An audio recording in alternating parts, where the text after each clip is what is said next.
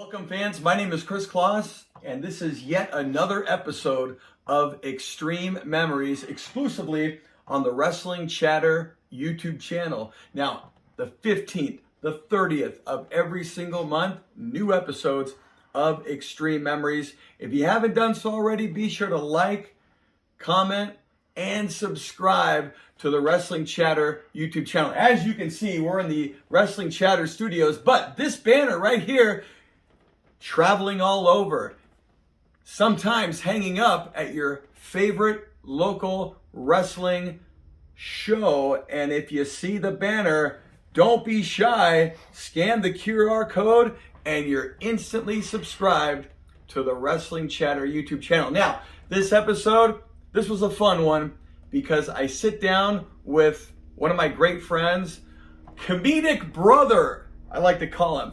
He was known as the Stepfather, a very intricate part of XPW. You know, sometimes you think of XPW, you think of the Chaoses, the White Trash Johnny Webbs, the Homeless Jimmies, of course the Supremes, and all the greats that were in the squared circle. This guy was a jack of all trades behind the scene, but then he eventually became a star, an XPW competitor at Cold Day in Hell. We're going to talk all about that. He was on the FX Network's The X Show, a big show back in the day. We get all into that and how it relates to extreme pro wrestling right here on Xtreme Memories on the Wrestling Chatter YouTube channel. Enjoy. Oh, you saw him with the belt whipping. You saw him at the trailer park coming out with the can of suds, complaining to the old gal, his old lady, to get the dinner on the table. Hey, I'm talking about this guy, the Stepfather. Oh man, what a some would call you a deplorable individual, but you see it the right way. The Stepfather putting the red-headed stepchild in his place. You know, making sure he's on the right path. Some would say unorthodox the way you do it. Stepfather John Weber, welcome, my friend. Good having you here on Xtreme Memories. Thank you so much for having me, Kris. I really have wanted to be on the show for a long time. So I wasn't sure we'd be able to work it out this week because it was crazy, but you persisted. And I finally said to everybody, look, man, Kris calls. I got to answer. I got to go. Oh, wow. Sure. So no, thank you, man. You and I, we go back to the early days of XPW, and we're going to get into all that. An integral part of the company. You were a very interesting part. And then we'll get into the reunion shows later on where we saw you in the ring and whatnot, your career in pro wrestling and before and after, entertainment, acting, comedian, all that we'll get into. But let me ask you this, John Weber, Stepfather, if you will, to kick it off.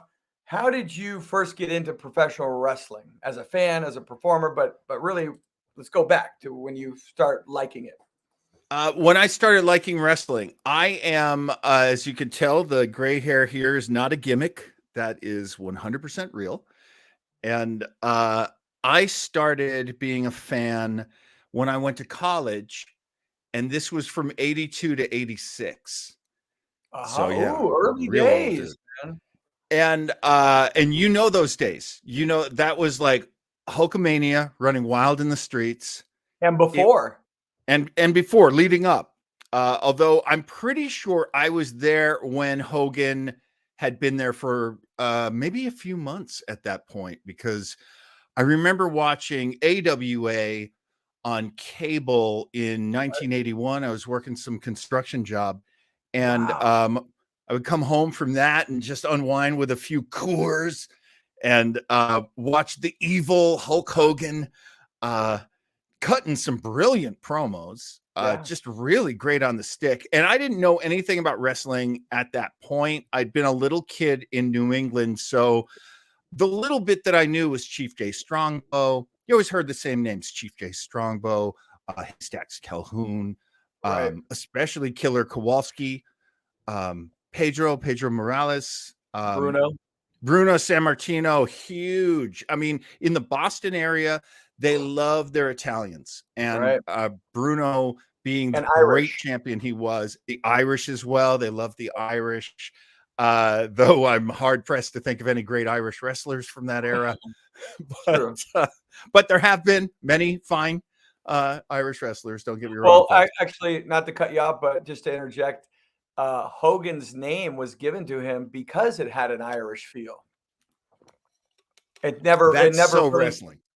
yeah, it never really unfolded in that sense to where like that's what he became, but that was the original reason I remember hearing. That is so wrestling right Yeah. there. You show up, we have to issue you an ethnicity. Yeah, a nationality, a race, a religion. What are you? And they look at the list. It's like, oh, we don't have a lot of Russians right now. So you're Skortsikov. All right, moving on. It's like, holy cow. So who's in the news right now? Is it the Czechs? No, you're going to be Soviet. They're in the news. Oh, I just love how, yeah, dude. I mean, Hogan. So Hogan was up in Minnesota at this time. You know wrestling a bit better than I do. And that's Vern. Was he working for Vern Gagne? Yep. So yeah, they're real old school up there, and they're pretty much doing that. That makes perfect sense that it was Hogan, because if you showed up with a French last name, they'd usually either make you change it, or you'd have to be the Frenchiest Frenchman in all of France or Montreal. But USA is not okay. and how can you not love that era? I mean, dude, it's so simple. We're gonna talk about 80s wrestling. We're going to. That's just gonna happen with you and me talking. So it attracted me. It always caught my eye. It always caught my attention. And then I was in school. I mean, as soon as I was able to go out and date and chase girls, wrestling was in my rearview mirror for quite some time. Then I had a roommate, and my roommate, Ace, which was hilarious because I had the roommate Ace before Cowboy Bob Orton was named Ace. So I had a bodyguard Ace before even the great Roddy Piper had his bodyguard Ace. And then I was hooked. Once I saw Roddy Piper, Bobby the Brain Heenan, I was hooked. The bad guys of wrestling were some of the most fascinating people of the 80s, as far as on the planet. And on the planet and in all of entertainment. Yeah, and that was and I can actually so I'm going through college and I'm watching wrestling whenever I can. And I'm doing radio and I'm working on a TV show. I'm in a comedy group and I'm doing some stand-up. So I'm pretty busy, but I'm catching it whenever I can. And then I'll never forget when I started to turn on it, when I started to go, ugh, I don't like wrestling. It was Corporal Kirshner. Right. Okay. Yeah. Oh God. Yeah. Yeah. Wow. 86. 86. Exactly. Yeah. Exactly. Yeah. And I'm watching a Kirshner match, and one of my favorite human beings who ever lived, Gorilla Monsoon, is trying to put him over, trying to make him sound like this great wrestler, and watching him in the ring, and he's just absolutely the drizzlings. Yeah. I'm not going to cuss on your show. Unless, don't say drizzling shits on this show, please.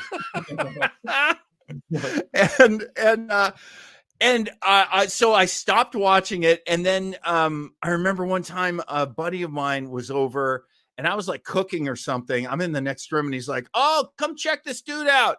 And I come out and I go, "Who is that?" And he's like, "That's the Undertaker." And I go, well, "He looks cool." Anyway, my thing's burning. I gotta go. I remember another time watching wrestling out of the corner of my eye, and there was this guy, Bam Bam Bigelow, looked like one of the most dangerous human beings I'd ever seen in my life. And there were girls in the audience crying when he was getting beat up. And I'm like, they love this big monster. Wrestling's awesome. Yeah. Yeah. Something happened. And then I have to say, I lost track of it. I became a commercial actor, Yeah. And I was in New York. I was doing some stage work, doing some I was in an improv group and a comedy group and doing some stand-up, and started going out for parts, started going out for TV shows, not too many movies, but mostly TV and commercials. And then got out to LA because I wanted to be on sitcoms. Sitcoms were dying. It was the late 80s. I'm sorry, late 90s at that point. Yeah. Yeah. Sitcoms going down. And while sitcoms are going down, this new thing called reality TV is coming up. I got a hosting job on a show Yeah. called The X Show, Yes, you which did. was sort of like The View and The Man Show, Right. kind of like that. So we were on every night FX. on FX, Yeah. every night during the work week. And wrestling was just past its peak at that point. Like the Attitude Era had cracked. What would you say, like 97, 98? Oh yeah. I mean, I think I think in 97 is when it kind of all you started to kind of feel it coming in late 96, not really early Mm, 97, and then you started to feel it late. I mean, basically the Montreal screw job was like blew up, and then kind of right. it unofficially came from this tragic business-wise event, and it Right. yeah, it exploded, and it went well into the early 2000s. The popularity was still there. Yeah, yeah. And I was aware of it, like you couldn't go into a clothing store without seeing Austin 316 shirts or NWO Yeah, shirts. or DX eventually. A DX, absolutely. And Yeah, so I was on this show, and I got on the show in 98, the end of 98. And right. so we were always aware that wrestling was out there, but what they like to do on the X show, because they were on FX, they were on a Fox News Corp uh, Right. cable station. They liked to go for UFC or tough man competition, Right. or kind of like combat sports. They deliberately ignored wrestling, even though our viewers were constantly asking us to do something about wrestling. And I remember one of our producers, Kris Kloss, was a super cool guy. He came to me and said, "Look, you've got a real sense of humor, and you like fun stuff. Why don't you come with me to a wrestling show?" And I'm like, "Oh, come on, wrestling? What are you talking about?" And he's like, "I think you'll dig it. Please come." And he got me, he got in touch with Chris Kleinrock over at Kevin, XPW. Kevin Kleinrock. Kevin, Kevin Kleinrock, I'm talking to Chris. I'm a very old man and my brain don't work so good. So Kevin sets us up with passes and gets us in, and we saw you guys in what was that venue in LA. Hollywood? Well, okay. I think the first time I remember meeting you was at the LA Sports Arena, but yes, Yeah, we were either that was either the Palace or it was the Vogue Theater, it Avalon, was the which is now Palace. Palace. Okay. Yeah, definitely the Palace. I Yeah. remember it like I can't forget it. It's Yeah. pressed into my brain firmly. Great venue, Hollywood and Vine, and it was a big deal for a local wrestling promotion in SoCal to kind of be in that area on Hollywood Yeah, and Vine at a major venue, and yeah, it had a bigger feel. It was a different time in wrestling, but yeah, yeah, yeah, and very much a rock venue, and yes, at XPW was obviously a rock and roll company, just a heavy metal, bloody knuckled, booze on the breath, Donnybrook loving yeah. joint, man. I couldn't believe what I was seeing. We went with some real normies, as the Ultimate Warrior would say. Uh, we went with some real normals, and I'll never forget. At one point, Supreme has the red mask. He's busted open, blood's all over his face. And there are people on either side of me who are like, "What the hell's going on?" And one of the girls is like, "That's fake, right? That's fake. That's not real blood." And I'm sitting there going, I'm watching it go blurp, blurp, blurp out of his head. No, that's real. This is real. And it was so scary and risky and dangerous. And it was never anything that I liked in wrestling. I always Yeah, loved, right. you know, I always loved Brutus the Barber Beefcake and you know, fucking Bobby the Brain Heenan wearing the weasel suit, chasing his tail. You know, that's the stuff I loved about wrestling. So I couldn't believe hardcore. Yeah, Psychology, yeah. and You, comedy, psychology and comedy and all that. which is stuff that I never stopped loving. Right. And you always loved that stuff. There was lots of guys Same, over at same, XPW. same. Yeah, lots of guys over at XPW loved that stuff. They never turn their back on that. It's like when you No, talk to heavy metal musicians and they're like, Journey? I freaking love yeah. Journey. I mean, we can't play Well, it, but I love it. it's like when the grunge scene took over and all these young fans, you know, the Nirvanas, the Pearl Jams, the Soundgardens, but those guys were fans of 80s, 70s, 80s rock. You know what I They mean? were. So we They were. we were this XPW Extreme, like ECW guys, the same, but we all grew up in the era that wasn't this. It Right. was the other Right. stuff that the fans that were doing it for wouldn't like what we grew up with. Right. But that was our wrestling. Yeah, it's interesting. And I always think of them as the black t-shirt crowd. Yeah, right, I mean, right. you would go to an XPW show and it's just a sea of hair down to the shoulders, because you had hair down to your shoulders, True, and true. black, some form of black t-shirt, some black Yes, t-shirt that right. said some bad thing on it. Yeah, it was an incredible scene, and that was me just watching it. And so I went back to the show, and Kris Kloss, the producer who took me there, said, well, what do you think? Would you go to their wrestling school and we'll tape it and we'll make a package out of it and we'll get some fun, you know, tape out of it? And I said, I'm in. I'm absolutely in. I'm 6'4". I was in Yeah, terrible shape at the time. I'm 6'4". I was never I didn't love sports. I didn't love when I played football, and I did play football, but I didn't love it. It just made me more intent on doing what I wanted to do, which was acting and comedy and all that. yeah. So I was like, hey, this might be a fun thing. I think I want to try this out. So they were starting. That was when the Real Deal Damian Steele was pretty much finishing up as a teacher. Was when Right, yeah. That's when I signed up. So when I signed up, they were like, I met Damian Steele, and he was the first person in wrestling to give me the look that I would see forever, which was this look. And it's basically, I don't trust you. I'm not going to tell you anything. I'm not letting you Right. in. Don't try to Yes. charm me. You don't charm me. I don't Yeah. respond to that. Yeah, And right, right.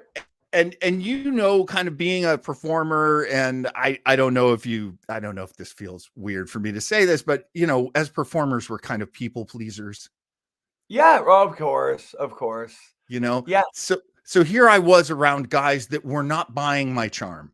They were right, not letting me right. charm them. That's And so true. Not to, but that actually, now that you kind of put words to that, wrestling is its own animal. You can't compare it to anything. right, Anything. Uh, nothing. It's Yeah. entertainment, it's sport, it's everything, but it's not.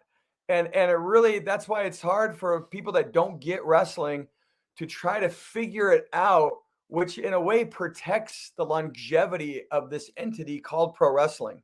I 100% agree. I think, you know, it's so funny to hear the fans now talk about, oh, that's kayfabe and kayfabe this Right. and kayfabe that. It's like, honey, you don't even know. You're saying the words, but you Yeah. don't even know what they mean because You don't you really didn't know. get in there. Yeah. You can't. I mean, it's like I'm kind of skipping to the end of my story by saying this line, but honestly, one of the things that drove me away from wrestling was, once upon a time, if you got in the ring and you paid all those dues and you let the vets treat you any way they wanted to treat you. If they want to beat Right. you up, they beat you up. If they want to kick you in the face, if they want to encourage you, whatever they do is legit. Mhm. And you are basically pledging a motorcycle club Yeah. by Right. trying to get into wrestling. Yeah. And you got to take whatever they dish out, and you got to come back for more, and you got to not complain. And Yep. I never got these lessons right the first time. I always had to come back later and try to get it right the next time. Mm. But doing that earns you a lot of respect. And I Yeah. got respect from some very tough guys. And nowadays there are fans who are like, well, I don't even know who you are. It's like, well, then why am I here? Because Yeah. Right. honestly, I'm not going to waste a lot of time trying to explain who I am. Right. I know legit guys. I Yeah. worked for legit guys. I was surrounded by legit guys. You ain't a legit guy. So I don't have anything to prove to you. I'm just going to go do what I like to do.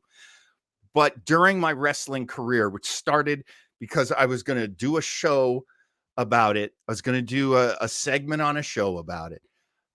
What happened was Damian Steele wasn't my teacher. Right. He had moved on by then, and he was Yeah. replaced by Dynamite D. The And great Dynamite D. I'm gonna try to not cry, but Yeah. I may cry at some point because Dynamite D was younger than me by quite a few years, and it didn't bother me to say yes or no, sir, Right. because he was my teacher and he was my vet. And I learned Yeah. very quickly. I mean, you learn that in comedy anyway. You respect your vets, respect the Right. people Yeah. who came before you. He was a great teacher. He took very little crap. He had a great sense of humor, but he wasn't there to fool around. He Right. was Mm-hmm. he was committed to wrestling. It made nothing but sense to him. And I Yeah. went from kind of thinking like, I'm going to sort of, slum it here in wrestling. And he very quickly said, you're going to do this for real, or you're not going to do it at all. If you're not And going he to didn't. commit yourself to this, I'll just kick your ass. And he's looking up at me too, because I'm Right. quite a bit taller than he is, but he's Yeah. like, I will kick your ass out of here. Don't think I won't. And he, just to recap, when you said FX X show, I knew, most of us, a lot of us knew who you were at that time, because that was, your show was doing very well. It was that era with the Man Show and all that, the X show. And it was to the point where I remember when you were knowing you as the X show host. And because I remember when we first met, I went up to you and I was like, "Whoa, you're the guy that does this," and you said to me, "Whoa, you're the guy that does." We both It's so and we true. both were like, "Well, who cares about what I do? Who cares about but you're the guy." Like, we were both, I mean, and the beauty of marking out, right? right, but it was like 50-50. It was acceptable because we were It both was. It was yeah. because you guys were celebrities to me. And we, Like, yeah, vice versa. And then we both were like, "What do you mean me? Well, you." But it which was, was great. yeah, but it was. I remember, and then I found out you were training. I'm like, "Oh, dude, he does the X show. He's going to train." And then, like you said, I noticed that it was like, "Oh shit, he's like one of the guys. He's like he's putting all his effort into this." And you and the rest of the boys that were in the class, you could tell that you gave off the vibe, "Hey, everybody, I'm on the same playing field as everybody else that's Dynamite student." And it Had to came be. through. And that was Had to be. early respect, I think, from the boys that saw that in you. So It had to be. I mean, you're surrounded by guys paying dues. How can you mhm. do anything less? You know? And I'm always one of those guys. I think you're one of those guys too, who, if you're on a set or anything like that, everybody in the crew is on the same level as you. You're all working, like usually being an actor, they'll Yeah, say, hey, you can go eat first. But you're like, the crew has to be on the set before I do. I think the crew should go first. I'll right, just eat right. right after them. Like, you got to be that kind of guy because ultimately everybody's working Yeah, and you want to be part of the work. You don't want to be part of just the glory because that goes to right. your head. You just Dude. forget. And then you forget why you're even there in the first place. And It's we yeah, had a lot of that in the WSX. I remember specifically where it was like you could tell pretty quickly like who was there because of the reasons we love wrestling. And Yeah. who was there? Oh, it's going to be on MTV. Oh, I'll be a part of it. You know, like you could Right. tell very quickly. You could never tell on the televised product, but you could tell, man, and easily from Backstage. Yeah. Yeah. I mean, it's a, you know, in wrestling, 90% of what you do happens in the locker room. In entertainment, 90% of what you do happens when the camera's off. right. It's all about hard work. It's all about putting in hours and hours and hours, working longer hours than almost anyone you know. You know, people don't understand too that like the kind of the kind of job you do as a commentator, the kind of job I was doing as a host, you're responsible for energy. Yeah. You keep a pace going with your energy. You keep the whole thing moving forward. You've always been great at that. Thank you. And You that too. creates for people at home this sense of, oh, we're not just stuck here and I'm listening to a guy. It's this moving machine. I can't wait to see what happens next. Right. That old Howard Stern thing. The people who love him keep listening because they can't wait to hear what he's going to say next. And the people who hate him keep listening even longer because they can't wait to hear what he says next. It's like when you And just, mentioned the heels. yeah. Yeah. I Yeah. mean, you know, antagonism is entertainment. Emotion is entertainment. Fear is entertainment. And a lot Right. of times in wrestling, you're not getting people like, oh, I'm so afraid of the boogeyman. It's not necessarily that, but Right. it's the fear of, I hope I get the outcome I want, and I hope the outcome I don't want doesn't happen. Oh, Roman Reigns won again. Oh, it's that, it's, you know, making people feel something is what wrestling is all about. Right. The foundation for sure. And as I was watching that happen as a student and a guy doing security and a guy working backstage, and eventually, I mean, I'm very proud of the fact that I did just about every job in wrestling, just about Right. every Right. job. Set up the ring, tore the ring down, drove the trucks, worked the concession booths, Yeah. you know, was a driver for wrestlers. I loved doing that. I loved Yeah. driving Supreme and Yeah. Playboy Buddy Rose. Oh my Yeah. God, that Yeah. was so much fun. Yeah, And man. oh Hack. I was the guy. Yeah, I was the guy for Sandman for a couple of shows there. I was his guy. Like, hey, where's John? John always gets me my smokes and my beers. That was another thing. You know, I was a grown up and I actually owned a house and a car, a couple of cars. And so Rob, I was one of the few guys that Rob would go, hey, John, go in the front office there and collect the money. I don't trust anybody but you. And I was Yeah. always very proud of that because, yeah, you could trust me. I would take a bullet for that Yeah. money. Right. I don't know about for Rob, but I would take a bullet for the for the company's money, you know. Yes. I loved the company and I wanted to help any way I could. Yeah. And Right. they had me do a bunch of different jobs and it was great. And I was one of the boys. And that was also one of the things that I really wanted to be. I wanted to be in the gang.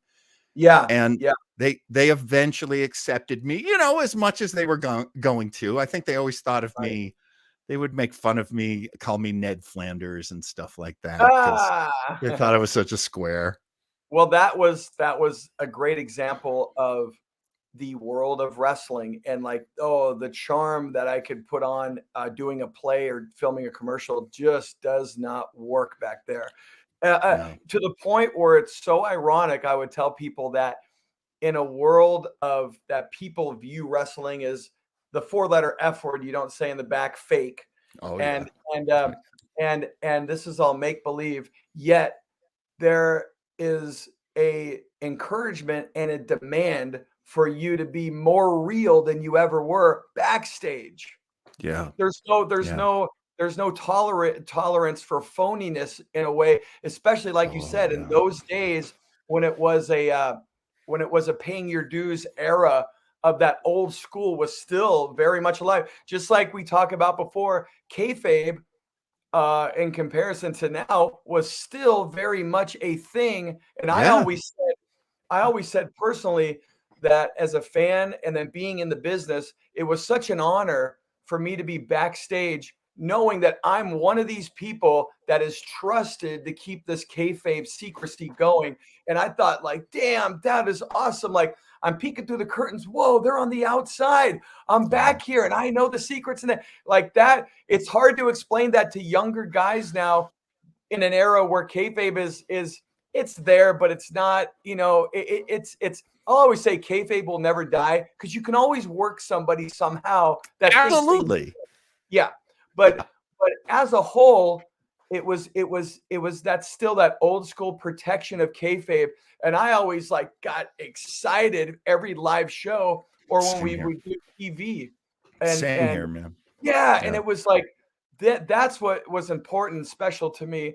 And man, like, yeah. Yeah, I mean, the legitimacy of wrestling is always more important than the illegitimacy. You want to point out something that's phony? Yeah, okay, great. And can you also point out that water's wet and, and the wind blows and the sun comes up every morning? Yeah, sure, those things are true. But people don't understand. I'm just saying what you just said. People don't understand that you will never know everything. If you can predict every single thing that happens in every single wrestling show, then yes, kayfabe is dead. But if you can still be surprised and unexpected things happen and you get the rug pulled out from under you and you go, what? I can't believe what I just saw. Well, you're a wrestling fan and wrestling just did to you what wrestling does. It takes you for a ride and you don't know where it's going. And you got to love that. I still love that every day. Yeah. One of the only smart things that I hear from most wrestling vets these days, because there's some good ones, but not many of them. These old, broken down egomaniac carnies, for the most part, will still admit, "Oh yeah, I'm a fan. Yeah, I like it. I'm a fan. I love wrestling," and that's how you know it's real. That's how you know wrestling's real, because people like it, even though they know things about it that allegedly undermine liking it. Yeah. Yeah. Man, very interesting and love talking about this, especially with someone like-minded.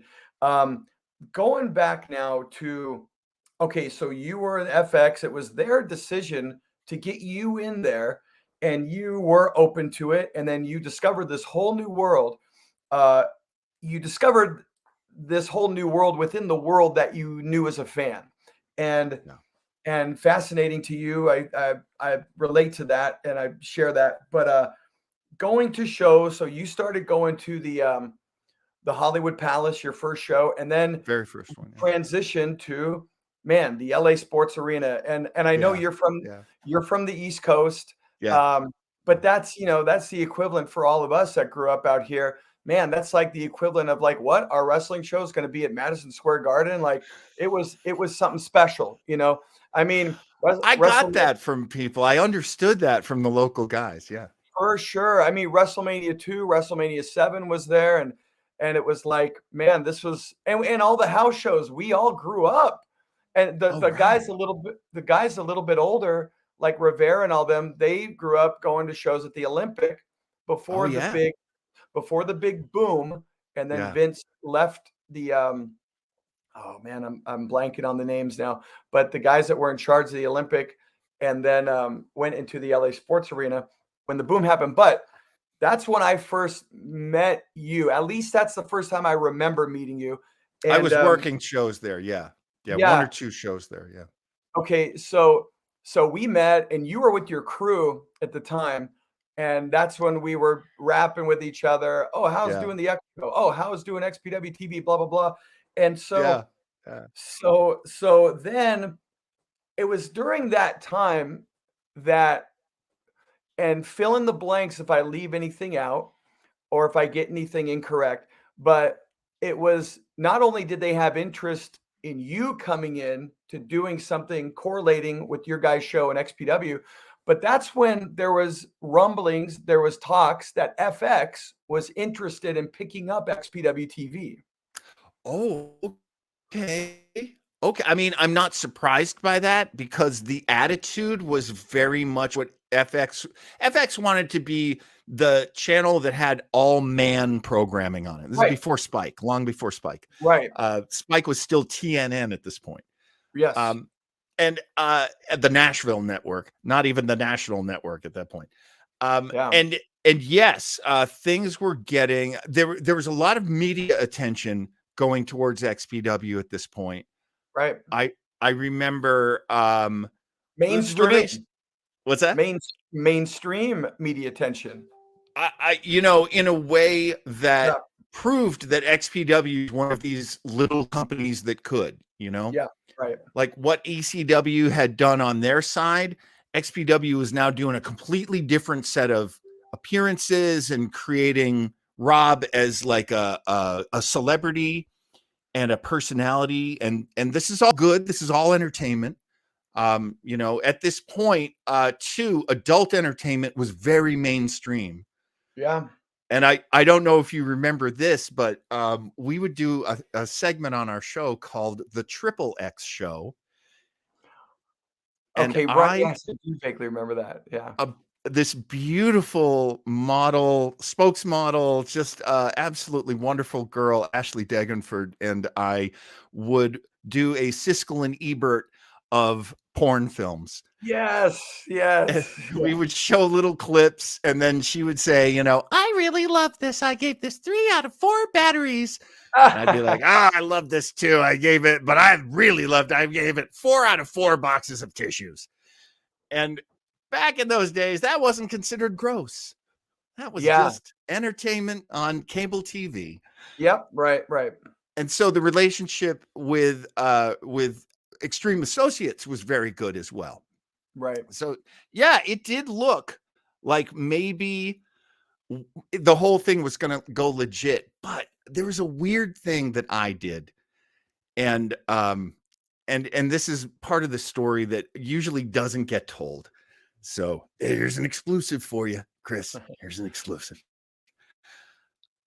They would ask me, I would go to the writers' meetings and the producers' meetings, because if you're a host, it's very smart for you to go to these meetings and contribute and see if you can come up with story ideas and maybe give them to some producers who will then help you out in the long run.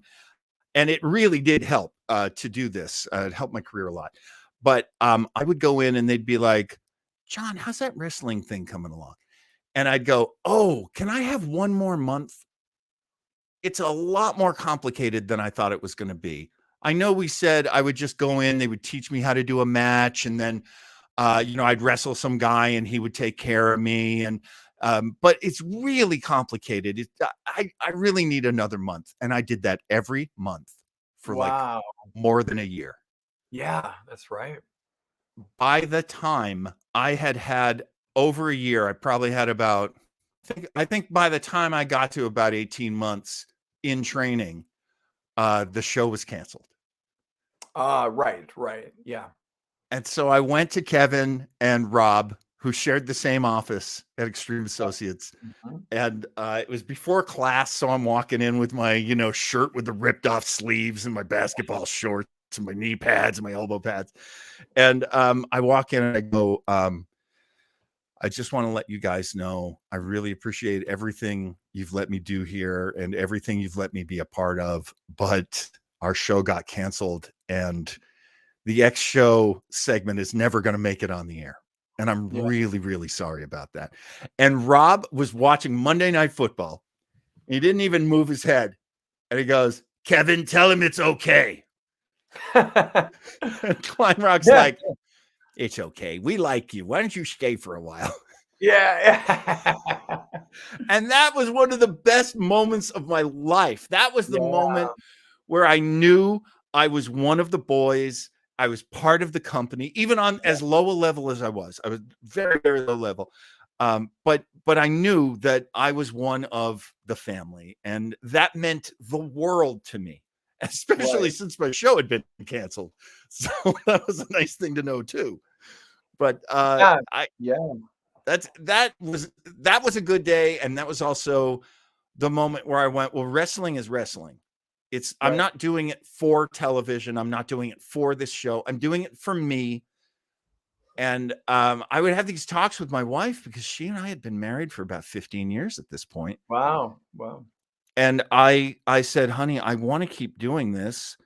And she was like, look, I've supported you, uh, you know, well, yeah, financially, so she supported me some years. That's true. But, she supported me with her heart for so long. And she was like, I know you love this. And I just think of it as you run away to the circus on the weekends. That's all I think of this as. It's perfectly okay with me. Oh, wow. That's awesome.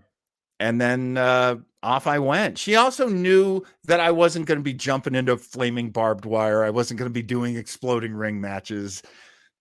I was never going to be one of the hardcore wrestlers. That's a big decision to make when you're in XPW's system, Oh, if yeah. you're part of the Yeah. schooling system. Right. But I always said, look, I love Sybil. I love Dynamite D. Yeah. I love these guys who are not doing the hardcore Yeah. and who are these true wrestlers.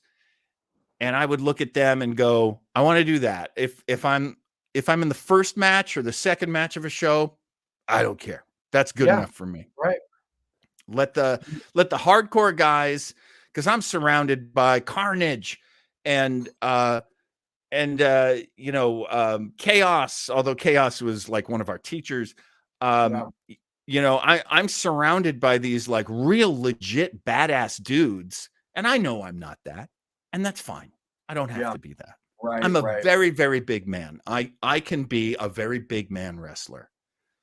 And you use what you have, and that comes, I mean, we both, I've done improv, you've done improv. A lot of that is improv. Let me use what I have and know your Right. limitations. And instead of focus on those limitations, put those aside and then just go forward. Yes. And Yeah. Yeah. improv. Yeah. Yeah. Do Um, what you do, bring what you can bring. Other guys are going to bring what they can bring. And this is ultimately the best thing in wrestling anyway, is a sense of variety. yeah. Like, oh Right. yeah, Tommy Dreamer Exactly. takes a beating, but Tommy Dreamer's not gonna you know, get the kids interested in the show. Right. So you get you get your Spike Dudleys, you get your more like young, fun kind of guys to cover some other demographics while these Mhm. guys are covering those demographics. And I like that. Mhm. I love that about wrestling, honestly. Get some lucha in there. Get some traditional, get a Canadian in there. Get some Japanese guys in there. Let's Yeah. see some Right. Koreasu, you know? Yeah. It's the Um, variety. It's a three-ring circus. It is, man. And going back, just to button up that part of the your involvement with FX and before your show got canceled and all that. Um, Now FX, again, this is where I was going to have you fill in the blanks, but if you're not uh, kind of familiar, the story was that FX, we were on KGLA, we just got syndicated on America One, so we were in pockets of North America. But FX wanted us, and it basically, to sum it all up, which doesn't surprise me, it came down to basically if FX was going to have XPW. I mean, look at the X show, XPW FX. It just all kind of fit. But Very much. Rob, for the long and short of all of it, just didn't want to give up creative control, and he would have had to do that had it gone to FX. And that was one of, if not the deciding factors, basically, of I remember hearing that they were ready to give it a go. They were ready to take it. It was already on television. We already had all these advantages production wise from Yeah. being Yeah. in the extreme offices. But yeah, that was the crazy thing. And I remember at the time, like, what, you're gonna say no to this, da da da. Like, You and poor guy. That was like a well, big opportunity for you. You poor well, guy. well, not I'm not just talking about because I was hosting it. I'm just talking about the league itself. And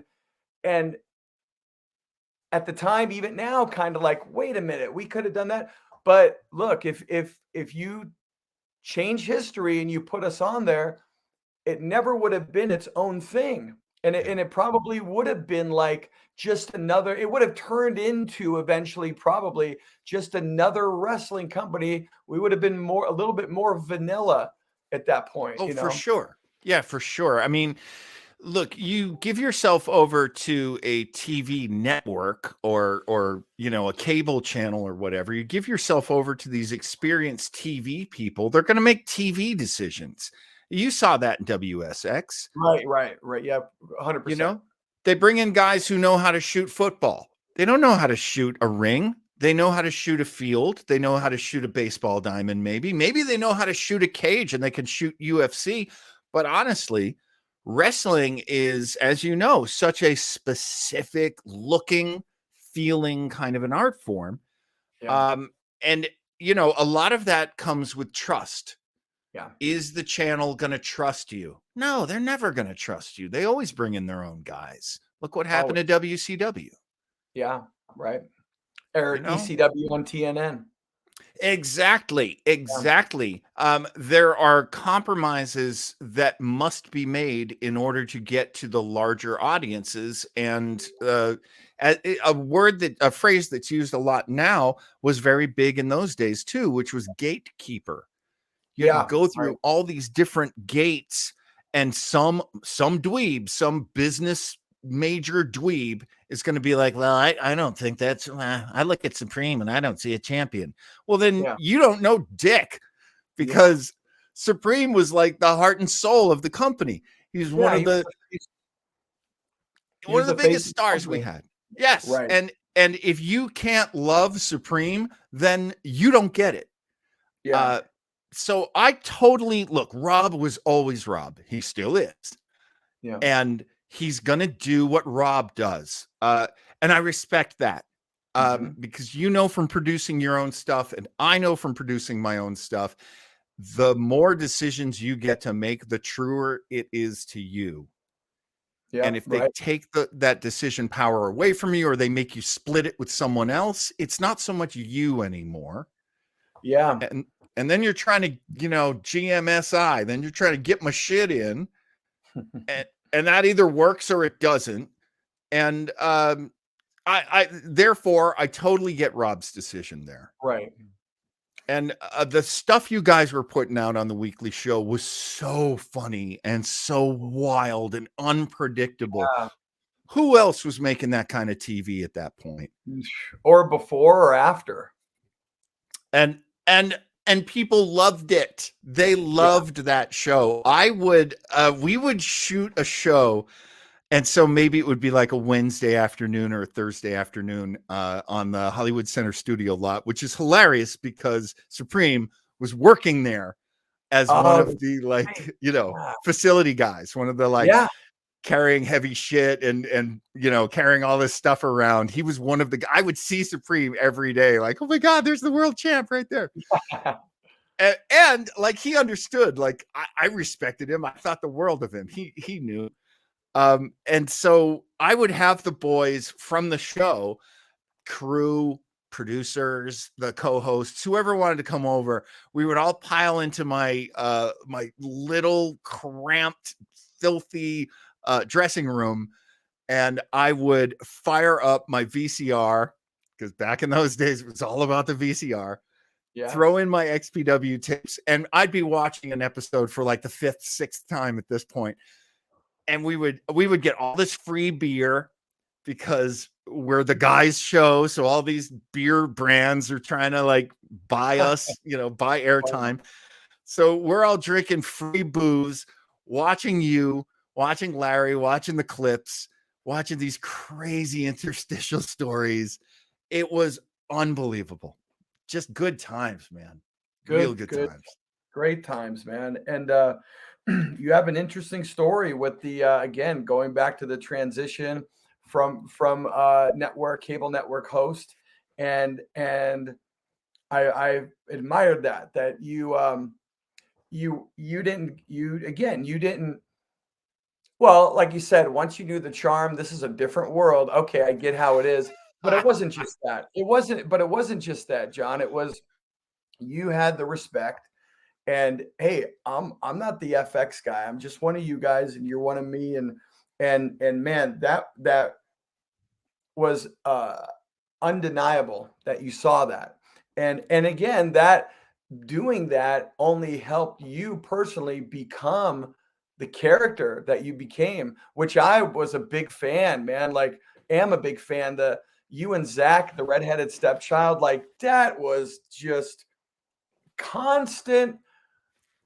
The gimmick is constantly alive throughout the match, even though there might be a dead spot here. You got Zach, and then boy, hey boy, what did I do? Don't make me tell you again now. And it was just like, and the red-headed stepchild, you know, god damn, man, just so off the wall, silly, but in a way, like it still worked to where this is way like a doink or dink or duke the dumpster. Yes. Too Yeah. stupid. I don't want to Yeah. invest, but this was very, very silly, but I want to invest and this is great. I always loved oh my God, I can't believe I can't remember. Who's the guy who slapped that 2020 reporter? Oh dude. D-Man or No, the guy who slapped him. Yeah, guy, Dr. D. guy Dr. D. Dr. D. I remember watching Dr. D and I'm like, well, this is pretty like over the top, but I do Right. believe this guy can kick anybody's Yes. ass. Oh, dude, if there was anybody, first off, like if Stossel, boy, did he pick the wrong guy, one. Hell And yes. and two, you're right. Like that was one of those guys back then, today, whatever. Like, no, dude, I know they said okay, action, but he's just being himself. That's him. I mean, I love those guys. And Yeah. and I would see these, you know, I would see a gimmick that someone was doing with like half-heartedly, you know. Right. Somebody wasn't really happy with what they were doing, like when Dustin Runnels is doing 7. Like Right. it's so clear he's not into it. He doesn't like it. You know, was it Chad who's doing beaver cleavage? Yes. You know, like these guys are doing gimmicks they don't like. So I see that, and then I see I always love George the Animal Steel. Yeah. I always love Captain Lou Albano. Yeah. You know, it's one of the things that people don't understand about wrestling is something that they love about all of show business is you love larger than life. Mhm. If that person is good and if they care and if they really like put some sincerity and some heart into it, you will let them be big. Right. Let's take a look at Mark Callis. Yeah. Mark Callis comes out and says, I'm the dead man and I walk really, really slowly. And we all love and admire him. So nobody's like, come on, dude, pick it up. Come on. I gotta get home tonight. Come on. Like you don't, you let the gimmick be the gimmick. If you care, if you, and I will never say that everybody loved Stepfather and redheaded stepchild. I'll never claim that we were one of the most beloved gimmicks. I remember when the Young Bucks were coming up and we were always cool with them and they were always cool with us. And I would watch them go from like these new kids who showed up kind of hopeful they could get on the show to being like the guys everybody wanted to give their money to. Yeah. And you know, you're going to see guys, I've seen it a million times, obviously guys passing us, you know? Yeah. Right. And if I had ever said, I really want to be legit, I probably would have abandoned Stepdaddy. I probably would have done something else. Wow. Okay. And it cost us a lot to do that. We missed out on being TV a lot. We missed out on going down to Staples and being guys who are backstage who might get on TV. We missed getting on Championship Wrestling from Hollywood. Even though Dave Marquez is a friend and he and I have a lot of mutual respect. You know, when Santino's were putting their thing together, we're not Santino's. So, you know, we were just very, very specific to what we were. It made our opportunities very narrow, but in order to do the thing you want to do, you got to give up mainstream sometimes. Right. And also, I was an old man. Like, if I had started when I was 20, it would have been different. But I started when I was. Yeah, case in point, Rob Black, XPW, got to give up a little. He would have had to give up a little to go mainstream, to go FX network. Same concept. For sure. I can't even imagine how much talent he would have had to have given up. Or just identity and the product itself, the whole appeal of XPW, and to make it different. That was what XPW was really the foundation of that company is existing. That was its identity. And literally, you look back in retrospect, I get it. It was probably wise because it would not have 100% of it would be lost, not even 90%. Yeah. That's what it was, Yeah. that edginess. And man, I can't even imagine it being anything but that now. Right. Right. Like, you can make the best hooch in the world. You can make the best alcohol in the world. You've distilled it and you've made it. And now a network comes to you and says, filter it through this dirty sock.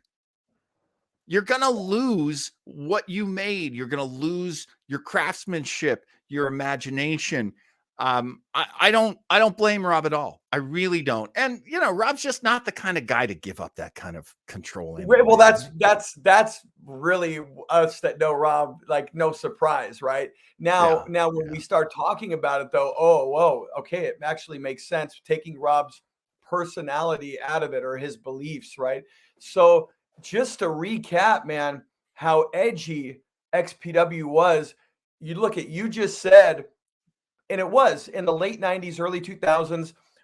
In the early mid 90s, there was this wave, kind of like we're seeing now with what they call cancel culture. We saw this wave in the early mid 90s of political correctness, right? That's so true. And then everybody kind of got tired of it, reverted from it, boom. And there was a rebellion from it in the form of the Jerry Springers, the Howard Stern, the Attitude Era. It was just a different time. So what you're saying, like the Man Show, like the X Show, with the porn stuff that was on there, this was kind of normal at the time. Yet, even with that being normal on FX, they still would have watered down XPW. So that just shows you how. Yeah. So XPW was too extreme for this FX network that was already kind of being extreme. It was still a mainstream cable network. Dude, let me jump. I don't know if I'm jumping ahead. Let me tell the Heatwave 2000 story. Okay, please. from my little corner of the universe. Gotcha. I was not working on that show. I actually begged off because I was doing a thing for the X show, and then I could go to the Olymp where it was happening. And so I think I helped them load the truck. And then I was like, guys, I got to go home. And I did. But what I was doing was I was changing into my civilian gear and then meeting with my producer. And we went to watch the ECW pay-per-view. Okay. And we're up in the nosebleeds. And nobody at XPW, which I have been working for them consistently. So I think I deserve to show off. I think I deserve to get a day off. But they were doing something over at XPW because it wasn't their show. It was ECW's pay-per-view. I get there and I can see my boys. I can see the other crew guys, like wandering around. They've gotten tickets too. They're here, they're there. I know we're all around, but we're like pretending to be normal guys, normal fans. And then we are watching and I see you. So I'm across from where you are. Okay. Up in the loges, Yeah. And I'm looking down and I see you standing up on your phone, talking on your phone. It's so funny. And spontaneously, standing up and doing stuff. And then this riffle through their security of like, oh, make that guy sit down. Make him sit down. He's stealing focus. Make him sit down. And And then at some point, Christy Mist stands up and she takes a t-shirt off or something. Yeah. There is some, Christy Mist's boobs are, the girls are out. They're not naked, but they're out, Right, like in a bikini top. bikini top. Yeah. And of course, we're up there like, woo, this is awesome. We're enjoying this so much. And then at some point, you guys get bounced. You guys get grabbed and dragged out. And I remember Messiah especially was getting roughed up. Even up where we could see this. And we were part of the audience who was just going nuts. Boo, leave him alone. Let go of him. You suck. Boo. And then I saw XPW guys get up and leave. I saw just my boys, my crew guys, my security guys that I worked with getting up and leaving. And I went, oh, shoot. And I said to my buddy, Chris, I was like, I think I got to go out with my guys. I think some shit's going down. And he's like, well, you're on TV. So no, I'm not going to allow you to go get into a fight. And I said, look, these are my guys. And he's like, you lose your house? Because this is how you lose your house. You want to get kicked off TV? Because this is how you get kicked off TV. And I was so torn. By the time I did get outside, the melee had already started. Line of ECW guys, line of XPW guys. And the ECW guys outnumbered our guys. Our guys were not fighters. They're wrestlers and crew guys. Right. They're getting backed up to this chain link fence. All these guys are getting, my buddy Zach, who is redheaded stepchild. Sorry, Zach, I'm giving it up. Telling everybody, redheaded stepchild is getting punched in the face. Two guys are holding him, and Jack Victory with rings on is punching him in the face, knocks out one of his front teeth, bloodies him up brutally. Dust everywhere. It's Southern California. It hasn't rained in a long time, so there's a giant cloud of dust. I mean, it was crazy. Giant limousine pulls up and a bunch of XPW guys jump in. It's Rob's limousine, Rob Black's limousine. Rob Black's not there, but his limousine is. So most of the talent goes, and most of the crew is still fighting it out. At one point, I feel a guy puts his hand on my back, and I turn around. It's Kevin Kleinrock. Kevin Kleinrock is literally hiding behind me on the phone going, Rob, you won't believe it. Our guys are getting punched here. They're roughing up our guys, Rob. Oh, it's crazy. Me? Oh, I'm on the corner. I'm hiding behind John Weber. Anyway, our guys, it was crazy. Finally, they pull back New Jack. They pull back Jack Victory. They pull back all of these guys. And our guys basically, dusting themselves off, helping dudes up.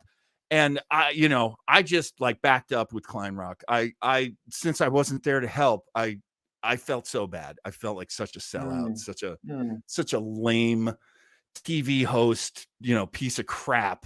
My boys were out there fighting and I was not part of it. And, and they forgave me. They always forgave me. They always did. That's the great thing about your wrestling bros.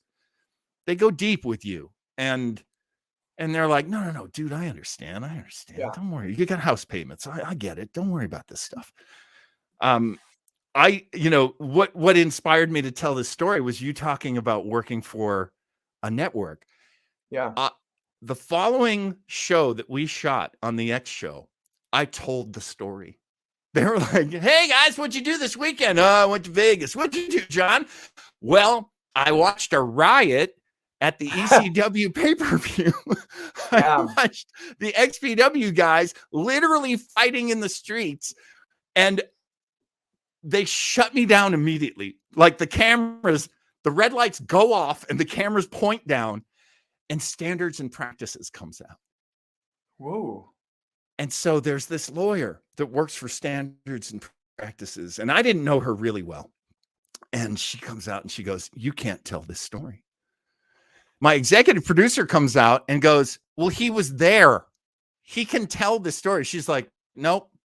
Nope. I don't want to see the lawsuits that are going to come from him shooting his mouth off about ECW and CW did these things. It's absolutely not going on the air. And they cut Wow. it.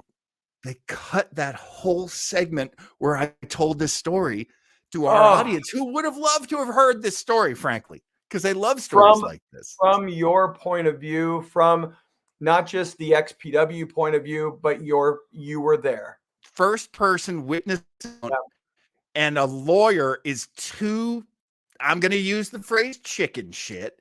Yeah. To let me tell people what I saw, because I really wanted my boys to know how much I was proud of them for standing up for their company. Yeah. You know, a lot of times you hear stories about people fighting for their feds and being big, like the heart and soul of the feds. Yep. And the fact that Zach just, you know, he was fighting 3 dudes and he didn't care. He was doing it because he's a badass. Right. He's doing it because he's XPW, you know? Yeah. So, hey, TV cannot contain some of the things that XPW was. And that makes it special too. Yeah. I'm glad they didn't sell out to get that TV spot. Man, you can even tell the story of something that happened. How in the world could that product get on and be what it was? Standards and practices would have been on your ass every day. Every day. When all you're doing is telling real stories. Right. All you're doing is letting Supreme be Supreme. Yeah. And supporting this art form that is, yes, it is extreme. It's in the name, though. Mm-hmm. We're not lying to people. They really are seeing extreme wrestling. What a nuts thing to go through, too, in my first year. Great experience. And look, man, people that it's hard to explain. People could see the footage and they could see XPW. But, man, for people that just weren't there and backstage, it's very difficult to fully – I mean, we're doing that with this show. But even with that, it's so hard to kind of explain how it felt being back there and being a part of that, knowing that we're crossing the line, we're walking that fine line constantly. Yes. And that was just exciting in itself, let alone the stuff we talked about early on in the episode of, dude, we're back here in pro wrestling. Then you add all that to it. What a crazy mix of the porn and all that. Yeah. I mean, it's always more than you can carry. It's always more than you're ready for. And when I see TV wrestling now, I kind of feel the hollowness to it. I kind of feel the sometimes it's overworked. A lot of times you're seeing like backstage guys are now, the main guy. John Laurinaitis is on TV, telling people, well, I'm the general manager. You got to do this and you got to do that. Like, nobody cares about this stuff. This isn't what fans are tuning in for. There's a hollowness to pro wrestling that, in our experience, that hollowness was filled by the authenticity of the toughness and the blood and the sweat and the dirt. Oh man, those nail beds that guys would get power bombed on. Oh, dude. You saw those up close. They were the rustiest, most dangerous, disgusting. They didn't wash and oil those things. Dried up blood all over it, and who knows what else from the porn they were filming in those rings. Exactly. Oh my God! One day we went under the ring to tighten up the wires and stuff, and tighten up everything under the ring. And we crawl out from under there, and I'm not going to say anyone else's name. I'll just tell you what I went through. I am covered with dog shit. Oh, because one of the guys at Xtreme Associates who's working on editing brings his dog in and doesn't walk him and doesn't let the dog poop. So the dog goes under the ring to poop.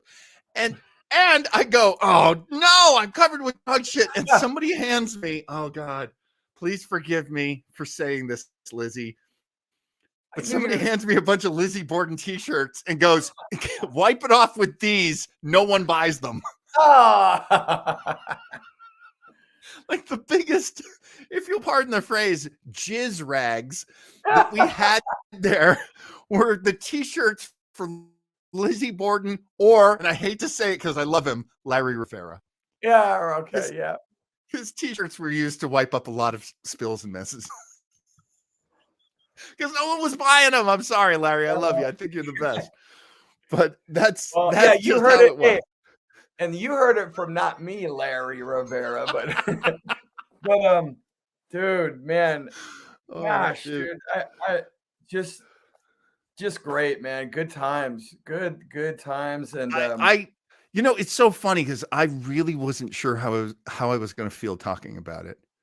Because I've been out for a couple of years now. I haven't done any wrestling for a couple of years. Yeah, and you know, hey, I admire what you're doing. I mean, this is Thank you. is fantastic because people do need to hear the story, and you are the right guy to tell the stories.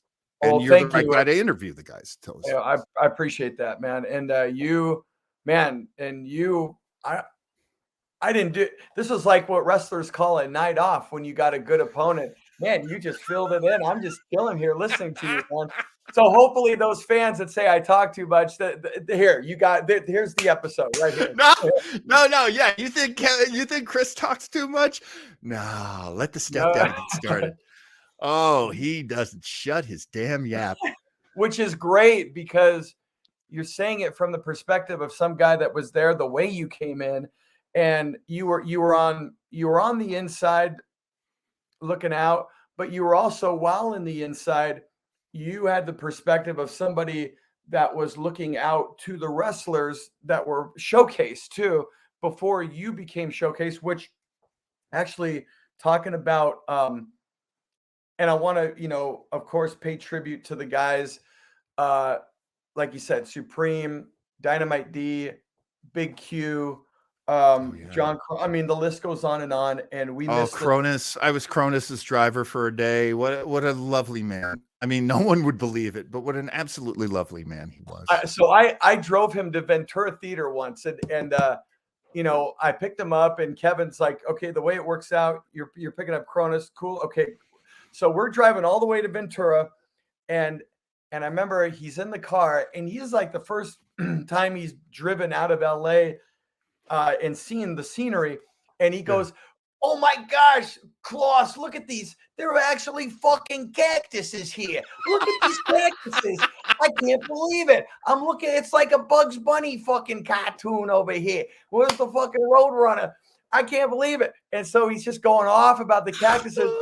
And then I just gotten a new I just got a new car, and I was driving Ford Explorer at the time, and he goes, I gotta have a smoke, Kloss. I gotta have a smoke. I'm like, oh, dude, John, we can pull over somewhere, but I can't. No smoking in the car.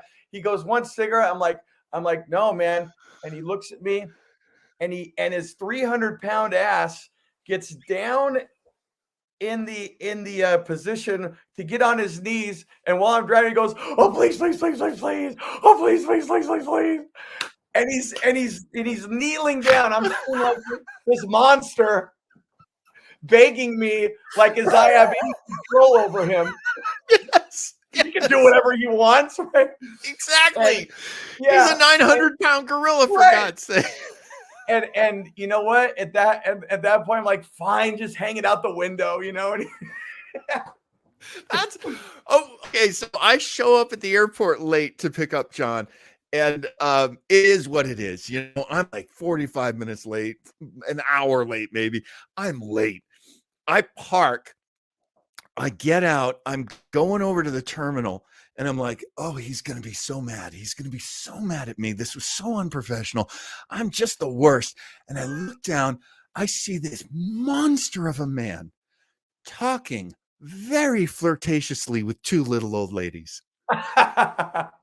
they're sitting and he's like standing there with his rolly bag and he's just like telling them stories and he's like acting stuff out as I'm walking towards him, and they're just laughing. They're just like, you can see the little cartoon hearts floating around their heads. I get to him and I go, Kronus? And he's like, oh, are you my ride? And I'm like, yeah. And he's like, okay, great, let's go. Bye, Marge. Bye, Louise. The guy makes friends wherever he goes. Oh, shit. So at the time, I had a new car, and it was a VW Bug. That big bug that looks like the Jetsons car, that big bubble. But still, I'm like, you're kind of. I remember that car. I remember that car. Yep. I was like, you're gonna kind of get a kick out of this car, and he goes, "You can't in your car. You drive this." And we get in, and he's like, "Oh, this is comfortable. Oh, this is good. Oh, this is a big man's car. Oh, that's great." Then he turns to me and he goes, "You got any pot?" And I'm like, "Oh shoot, no, man, I'm sorry." And he's looking around, and he sees I've got a bag of M&Ms, and he goes, "You got any M&Ms?" And I just give him the bag. I'm like, "Here you go." Yeah, of course. He just wanted something, He just wanted something. He went straight to the munchies. He bypassed the pot. What do I do if I have pot? Oh, go to the munchies. Yeah. Let's just skip ahead. He was so funny. He's telling me all these stories. It's like, I used to try to make people laugh during our matches. And my favorite one to do it to is Jericho, because Jericho's really funny and he doesn't think that anyone else is funny. And so he'd be like hooking me up in a suplex, and his hair would be hanging down in my face. I go, Kris, what do you use on your hair? It smells so good. And he gives me a suplex, and he knocks me around, and he gets me in the corner, and he's like punching me in the corner, and I'm like, oof, what is it? Conditioner? Is it your conditioner? Tell me what kind of conditioner you use. And apparently Jericho the whole time is like, shut up. Don't make me laugh during this match, John. Right. Shut up. Right. Oh, God. There were a lot of guys I didn't know as well. So I can't speak to everybody, but I had good times with almost everybody who worked there and wrestled there. And some guys you just were respectful to. Like, I never had a conversation with New Jack, but I would always hold the door for him. I'd always roll his bag for him if he wanted me to. I'd buy his beer for him. There was always like higher up guys that you could learn from, and that's the other thing. You get these great vets. 100%. Homeless Jimmy, much younger man than me, but my vet. He taught me a ton. Chaos. He taught me a ton. Right. So if you are smart. And I just think this is part of life. And maybe you already know this, but if you're smart, you're going to give respect to people who deserve it, who are worthy of your respect. And you're going to learn a ton. Yeah. And they're going to have good memories of you because you listened. Right. And you took 100%. In what they were offering. A case in point, like I said, that's how you came off. Again, especially and knowing that, hey, you're already on television, but man, he's still doing this. It came off that way. So many guys, man, we lost. And by the way, to go back to your Corporal Kirshner story, I remember when I was a kid, and my dad and I would watch wrestling. And I remember one time, this is how not over he was to my dad. I remember my dad just going, "Corporal, that's one of the lowest ranks. What a corporal." Yes, sir. Who the hell gives a shit about a corporal? Not even a general or a sergeant. Corporal. And I remember, correct, Mr. Kloss. Yeah, and that was like, as a kid, that was my first introduction of like, the military ranking. So that's how I always remembered corporal is, right. Yeah. Right. I mean, I guess they're going like, well, Sergeant Slaughter is his mentor, so he can't be higher than a sergeant. Yes, yeah. But corporal's pretty low though. But I remember, like, every once in a while, my dad and I we watch it, but every once in a while something stupid would happen. And of course, my dad would come back and watch the next week. But there were certain things that like, this is garbage. And he'd walk away. And that was one of those days like, Corporal, here, change the channel. I'm done. I mean, look, anytime wrestling starts leaning on guys that just don't have a spark, they're going to lose people. Yeah. And it's a shame that it happens. We should, I wish we never lost a wrestling fan. Yeah. But sometimes you give them the same thing over and over again, they're going to walk away, which is one reason why XPW was so exciting, because there were guys who had been on TV who are now in XPW. There are guys who'd been on WCW, guys who'd been on WWF at the time. It's just very exciting to be in the world of wrestling. And I always thought, like we were so lucky. I don't know how much time you ever got to spend with Playboy Buddy Rose. Yeah, I did. Yeah.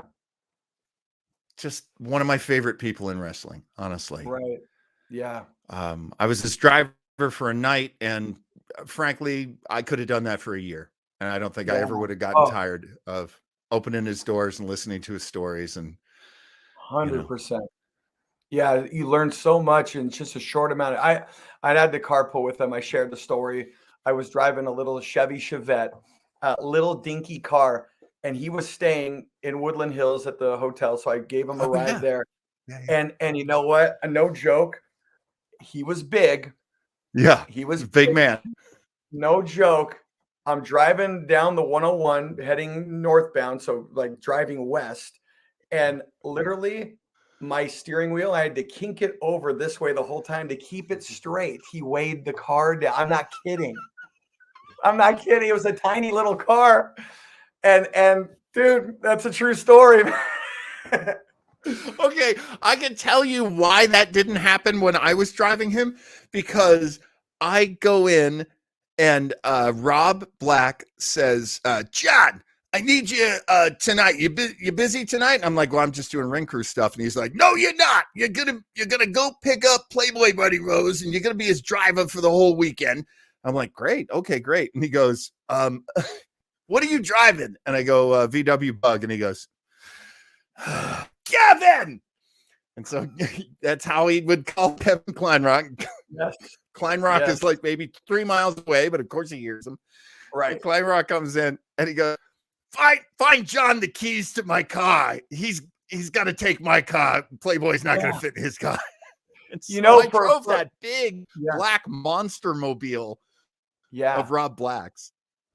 That Munster's car that Rob was driving. Right. For all you know, I can't remember, but for all you know, maybe I shared that story with Rob and Kevin already, and if he's gonna do that to my car, maybe, who knows? I can't remember if I shared that. It's weird how all these things happen, because I can't tell you when anything happened. It's all kind of a blur, but all of these different things happened working for XPW.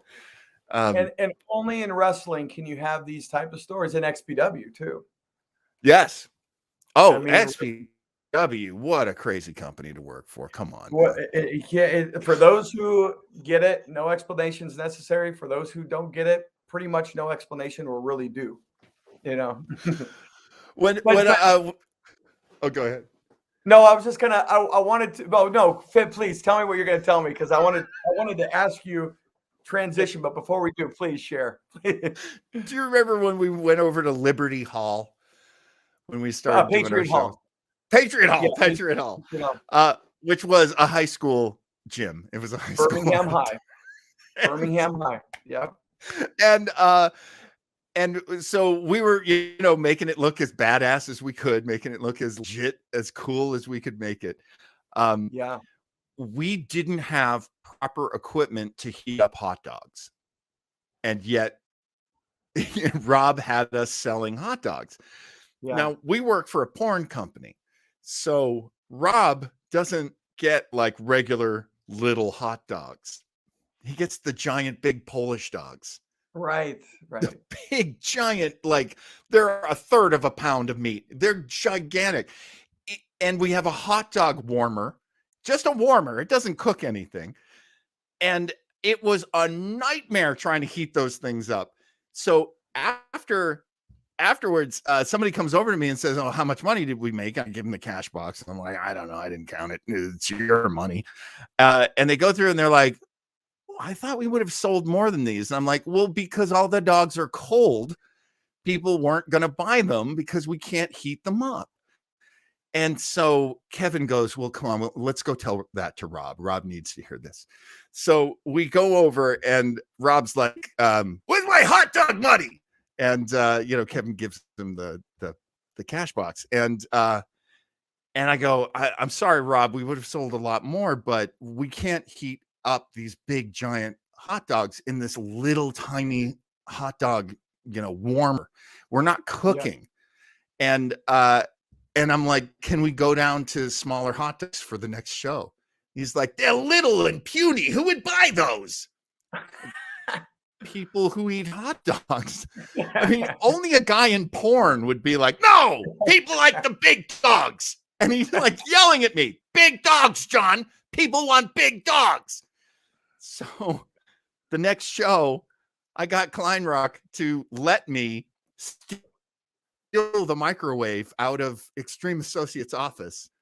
And I was under the table. I was microwaving the dogs and then putting them in the hot dog warmer. It was because it's the most Rob Black situation in the world. Yeah. I don't want those little, tiny, skinny dogs. Who would like that?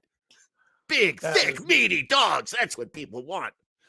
And of course, the funniest part of the story is like how seriously we took the hot dogs.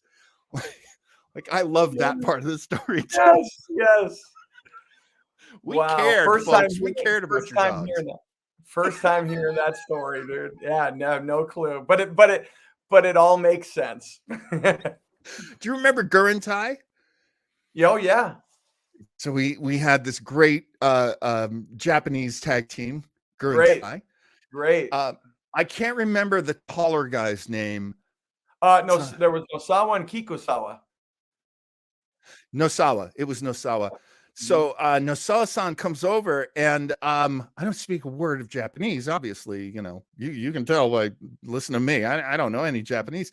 He comes over and he's talking to me, and I'm like, "Oh, I'm so sorry. I'm Sasuri. Which I just said I'm a scorpion. I'm so sorry. Please forgive me. I don't understand." And one of the other students, Mario, comes up and he's standing beside me, and Mario goes, "He's speaking Spanish." I was like, "No, I didn't know that. I don't speak Spanish either." So he and Mario speak Spanish to each other, which I love. This Japanese wrestler knows Spanish. Well, he was, and speaking of him, he was the first Japanese wrestler to hold a Mexican title. There you go. You go. And what a world. What a world we live in, where the Japanese guy is speaking to a Mexican, American Mexican kid. And what he wanted to know was, would I keep an eye on his t-shirts and make sure nobody stole his t-shirts and keep an eye on his money. And so Mario became the t-shirt guy because he could speak the languages of the guys who were trying to sell the t-shirts. I love this world. I love this world. I know, man. And you could tell, knowing you for all these years, like you were one of those guys that it was fun to talk about these things with. And by the way, they had a very cool shirt. Their shirt, I remember having that, and like that was one of those shirts. Like, I feel cool sporting that with that Japanese writing on it. And we had some incredible shirts, didn't we? Yeah. I always loved White Trash Johnny Webb's shirt. Oh yeah, the original one. The original one with the bucket. Yep. Yeah. And the welfare check. Welfare check on the back. Yes. The front of it says like white trash, fried chicken, and ass kicking. Fried chicken and ass kicking. One day I'm wearing that shirt because I love that shirt so much. One day I'm wearing it. I'm in a crosswalk in LA. I'm walking across. This beautiful woman is walking towards me. Beautiful woman who's black. And she sees white trash right across my chest. And she does the biggest walk around you've ever seen in your life. And I wish I'd been like, "Ma'am, no, not you.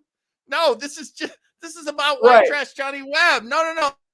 Right. No, I think everybody's cool. Like, Yes. you know, you gotta be careful sometimes when you're And wearing that stuff. And what went through her head when she's seeing it, she's looking at you, and then she goes to the back, welfare check. What the hell? No. You got to understand, this isn't a pride thing. Right. It's a sense of humor thing. Right. It's actually dogging white people, really. If anything. It is, totally. Right. Well, that was one of those points where people didn't really get it. It was like at that time, there was that, you know, there are more white people on welfare than brown and black people right now. Of course, you know, like that was an actual thing, and we knew that. Right. And I'm very proud that later, when I was working at other companies as Stepfather and then Stepdaddy, and with White Trash Johnny Webb had retired for a couple of years, and then come back, and he got in touch with me, and he said, in that classic Webb way, like, "Hey, what if I come back and I'm with like you and your idiots, and we call ourselves the Poor Horsemen?" Oh. And I was like, that's a gift from heaven, and I accept. And so we were the Poor Horsemen for a few years there, probably 2009 to 2011 is how I remember it, maybe 2012. We loved Webb. We idolized Webb. He is a very complicated, deeply interesting, intelligent, comes from a lot of different places, man. And I still love him. I haven't talked to him in years. I actually have started to feel bad about that and wanted to get in touch with him again. But well, I hope he's out there, Webb. I'll give you a call. I hope you'll pick up. And you're right. He was hard nut to crack and figure out. But he definitely had a uniquely interesting mind for the business. And I worked with him all the time because he was the guy doing the TV show, and man, the things he would come up with, boy, only came from his brain. And it was you can never deny him that, and that was for sure. But I learned a lot from him as well. Yeah, I mean, oh no, go ahead. No, please. He's one of those guys who's not like you, in the sense of you have outward charisma, you know how to talk and communicate, you know how to be the bridge to the audience. You know, to him, there's always going to be some kind of wall up. And that's just how some people are. Like, you just have to respect that. And when you do respect that, you know, he actually does lower the wall. He actually does let you in. But a lot of it is about respect. It's the old school rule of respect, which I know because Dynamite D was the first person to forgive me for being an socially awkward penguin quite a few times, for me for being a goof. And kind of like he would let me talk, and then he would say, okay, the things that you say that I like are this, this, and this. And then I knew, like, okay, so all the other stuff, don't do that again. He would be a firm hand. Did he do with you guys, in speaking of training with him, because Jimmy shared this, which was very interesting, is that his mind, man, like you said, nobody got wrestling like he did. And he explained how in class he'd have two guys start up, you know, collar and elbow, go into a hammerlock, whatever. And then he would say, pause. Yeah. And then, who can tell me the most where this match is going to go move for move? Can you do it in the next 2 moves, the next 5 moves? Do you remember that? Right. Yes. Yeah. And that was kind of advanced, honestly. Yes. You can't do that with just every student. So obviously Jimmy was a great student and picked up a lot. But yeah, you know, here's another thing. I've always admired your commentary. When I started doing commentary, I always modeled a lot of stuff from where you came from, because I really like that sense of the human chess game. And that's what that is. If you're Right. playing chess, if you and I are playing chess and you put your first guy out, I put my first guy out, now we have a limited number of ways this can proceed. You can do that in wrestling too. Yes. And maybe in wrestling, if you're super innovative, and that's a great thing to be, maybe there are more possibilities, but still there's a certain logic and a certain kind of presence of reality that kind of limits what's going to happen next. That's why when you see these guys do these sick moves really early in a match, an experienced or a well-trained wrestler is going to be like, no, your third move is not a tiger driver. Come on. You don't stick a burning hammer in the first minute of a match. Come on. You're telling a story through violence. Right. And a match is not you showing off all the moves that you know. And I know that's impossible to tell fans that, because fans are like, well, why wouldn't you want it to be exciting? That's not what we're saying. Mm-hmm. We're saying use the logic that you're given. Use the medium you're given to tell your story of violence, tell your story of struggle, and do unexpected things when you get the chance, not all the time. Yeah.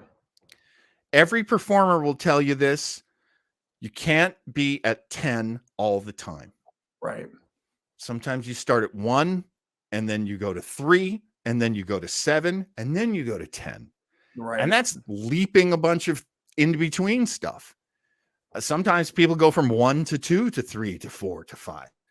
There's you watch The Undertaker. The Undertaker, especially in the first 3-4 minutes of his match, it's not about I'm winning this match. It's about I gotta get used to this guy. I gotta feel out what this guy's doing. Okay, now I get a sense of what this guy's doing. Now I'm gonna think. Now I have to think and plan and scheme. Now I go in again, and it's kind of this narrative. Yeah. Of what a match is, as opposed to, hey, I showed up with 20 great moves. Oh, well, I showed up with 20 great moves. Hey, that's 40 great moves. Let's do all 40. And then those two bozos do a 30-minute match that makes no sense, kicking out of each other's finishers, kicking out of their friends' finishers, kicking out of their heroes' finishers. Ring of Honor, folks. It's a mess. It's like they took a big bag of wrestling moves and they just poured it out.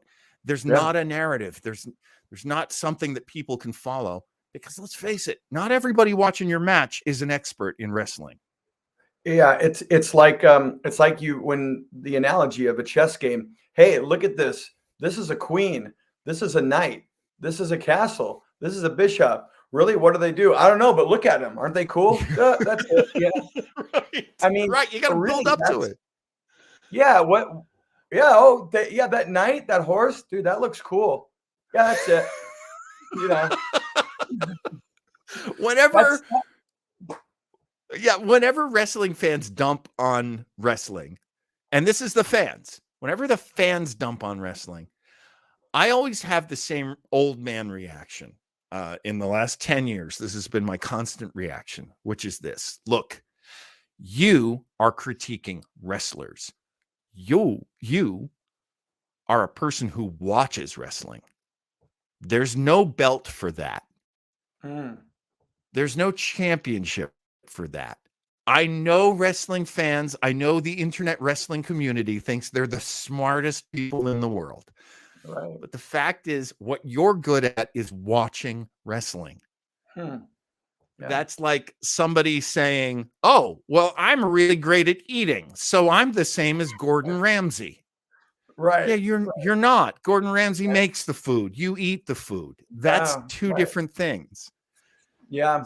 No. So, and there's nothing wrong with being that fan. Like we're saying right now, I still am. You still are. And we 100%. talk fondly about the days that we loved watching when we were kids. And that's the reason we're in the back. We're not saying that's a negative thing. It's just two different things. Yeah, stop judging wrestling by perfection and judging it by wish. Oh, I wish it was this. I wish they do that, and do what experienced wrestling fans, wrestling guys, wrestling analysts, wrestling psychologists, wrestling philosophers. I mean, if you're inside wrestling, you can be any one of these things or all of these things. And go for the ride, man. Let them take you for the ride. Let them tell you the story. You're going to enjoy it. I guarantee you. Look, when Brock Lesnar beat The Undertaker at WrestleMania, I know I was one of the multitudes who couldn't believe what I just saw. Right. And I think on some level I was infuriated by it. Yeah. I know I rejected it. I know I felt just like that guy who was in the meme with the giant popped eyes. Yeah, that guy. I was him. I made that face. I felt my face do that. And you felt that in here. Yes. And I look back on it now and I think I'm glad that happened. Right. I'm glad I was there. I'm glad I saw it. I'm glad it was so unpredictable. I'm glad it didn't make sense. Yeah. Because let's face it, so much of what we see, we want to be surprised and we want to be blown away. And if everything were to make sense, and if everything were all about who deserves this and what should happen here and who's the audience favorite, oh, you know what people would really love? If John Cena turned into a bad guy. They would love that. Well, you deny them that. Right. You don't let them have that. Yeah. And in not getting that, there's a tension to, will it ever happen? I mean, I'm pretty sure we know at this point it will never happen. But part of me goes, I sure hope it'll still happen at some point. And I'll be very excited if it does. Yeah. But, you let wrestling do what it does. I guess that's what I'm saying. And the closer you are to the sport, the more you go, yeah, I'm going to let it do that. That part of you that says, I kind of hope it does, that again is still the fan that will always be in us. Yeah. It will. Yeah. It's not going anywhere. It's never going. I mean, I remember when Candido, again, one of the guys we lost way too soon, but when when he was in the back, I think this was at the Olympic, and the boys were in the back and they were kind of razzing each other a little, but going back and forth, like a little serious, a little joking, but it got a little serious. Like, dude, you're a fucking mark. No, dude, you're a mark. You're marking out. And then Candido just said, shut the hell up. And everyone just like stopped. And he said, dude, we're all fucking marks. Every one of us is a mark. We wouldn't be here if we didn't like it. We're all marks. We're all fans. Just shut the fuck up. And he just left. And everyone's like, hey, he's kind of right, That guy had worked for every big company at that point, right? Right. He had been through every big company. He had been around the world. That guy knew everything. And when he said that, that's like, I hope everybody's eggshell mind, as the Doors say, I hope everybody's fragile eggshell mind got broken open at that point, because when you really look at how much you love wrestling, you got to know that so many guys, not every guy, certainly not every guy loved wrestling, but almost every guy who came before you loved it. Almost every. Yeah. And one of there's actually it's actually a thing that's not mine. I've heard other people say it, is there's no such thing as a smart mark. Yes. Like, get that out of your head. Yeah. A mark is a mark. I think that was wait, maybe you were with us, but when we were doing the GXW out in Lancaster with Danny, and we have those meetings in Northridge at Chi-Chi's Pizza. I don't know if you came to those, but no, I didn't. Rob Craze, remember he said that to all of us. Let's get one thing clear: a smart mark. It's not a smart mark. They're marks. What? It's so Okay, true. it's like a student in class. Whether it's a dumb student, but or a smart kid, they're all students. Yeah, yeah. Yeah. Right. I mean, look, the class valedictorian isn't a teacher. Right. You know, Yeah. That's right. That's a they good don't point. make him the principal. That's a great He's point. still a student, Yeah. and he's still there to learn, and there's still plenty he doesn't know. There's It's we did something recently. Danny down in Santa Ana, Puto Rasu, shout out to those guys, Santa Ana, and Danny worked an angle that he didn't tell me about, that he was going to take off his clothes and he became the referee, and he kayfabed me to get my reaction, yeah. and then he got pummeled with the chair to the point where God. the fans, the moms, is a lucha show. Yeah. The moms and the kids were like, because he was joking, Danny, he was joking, making people laugh, and he was being silly. So ha ha ha. And then to the point where everyone's like, oh my gosh, is he okay? So when you do it to a point that the fans, I know what wrestling is, but that part might have been real. Yes. And yes. Yeah. The excitement, there's so much out of our control. Control is an illusion. I always got along very well with Rob, and Rob Black. I know. Look, he can be a very problematic person. He is a very in some ways a very dangerous mind, Mr. Rob Black. But I always felt like he was going on the ride. Yeah, right. He didn't think he was smarter than wrestling. Right. Interesting. Yeah. That's a good point. He would go out and cut a promo and get that audience so angry at him, and come back and just be like, I can't believe I just got away with that. Right. I can't believe what we're doing, what we're building here. And this was a very cocksure guy, if I may use that phrase. You're right. This is a guy who was very certain that he was the smartest guy in the room, and he was the most creative guy in the room, and it was his company. There's no denying that. But still, he's enjoying it as he's doing it. Yes. And I learned from that. I learned to do that too. Right. Good point. And again, putting words to that it's like you already knew that, but man, that's true. I don't think he ever, like you said, as sure of himself as he was, and all this, and the ego, call it what you want. But at the end of the day, he still kind of respected wrestling. This is still wrestling, and we are doing something within this thing, wrestling, that's up here. Yeah. You're right. I completely agree with that. Yeah. It's there are people in wrestling who don't like it.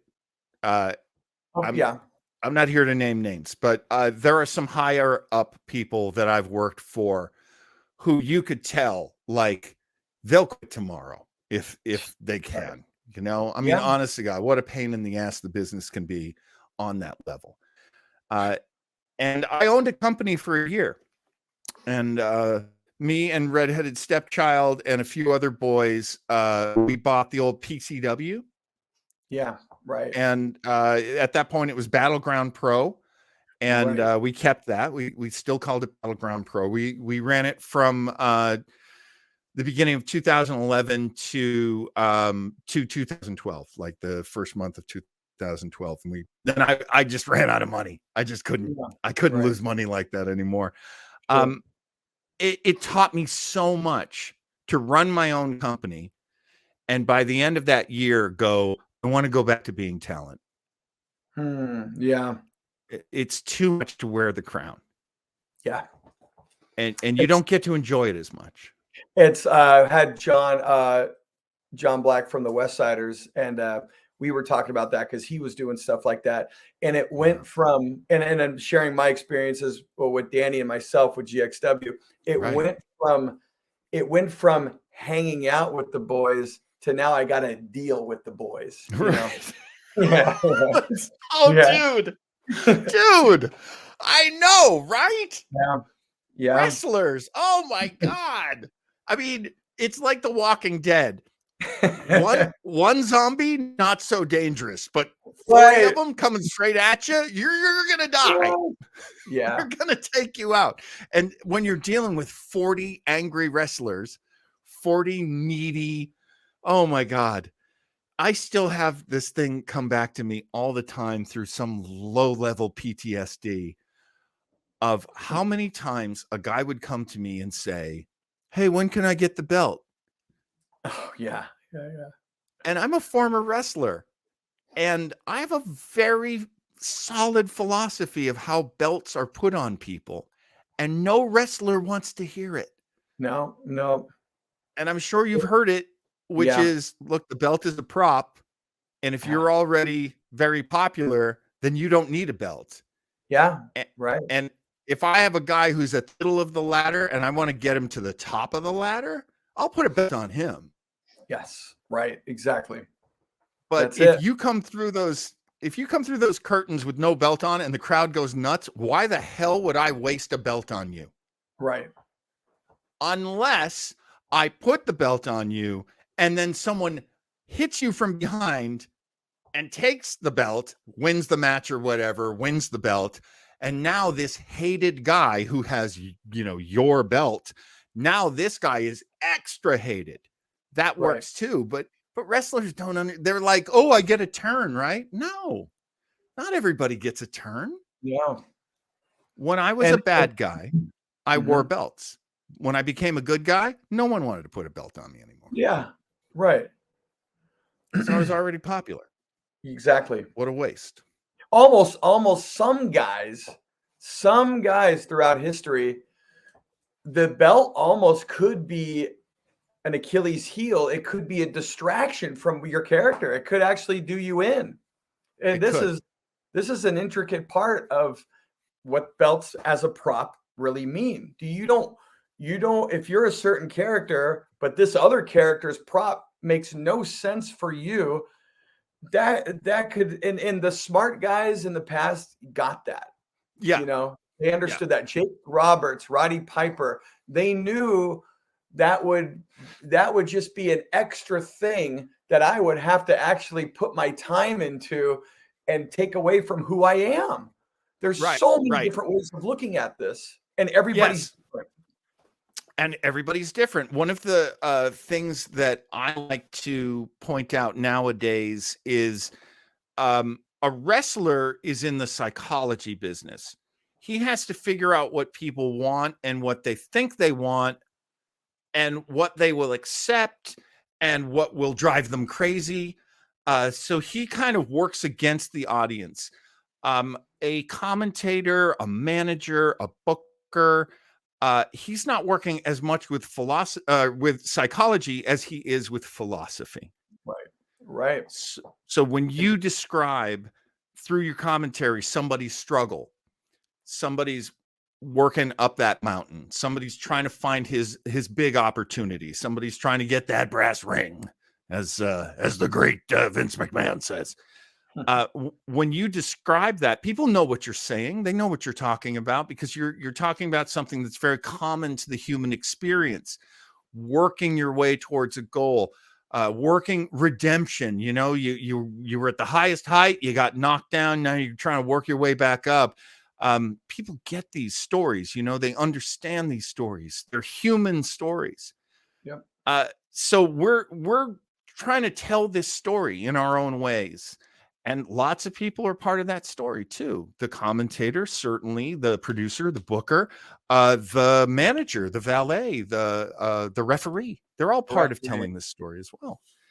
So yeah, psychology is interesting. It's a challenge, but the philosophy, what works, what makes people happy, what makes them unhappy, and really, I'm skipping the most important part. What makes money? Yeah, right. Yeah. What puts asses in seats? What puts asses in seats? That is entirely what it's all about. Yes, guy who came to me, yes, I could put a belt on you, but is it going to get more people to come see the show? Right. Or do I just put you up against the champ, over and over and over again. We did this when I ran BPW. We did this with Extreme Loco, with Harvey. Yeah.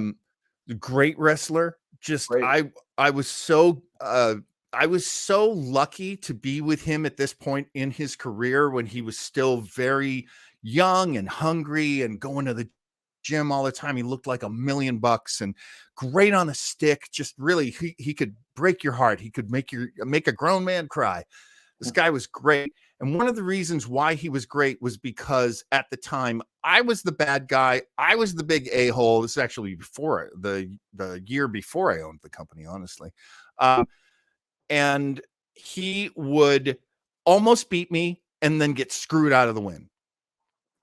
Almost beat me, get screwed out of the win. Almost beat me, get screwed out of the win.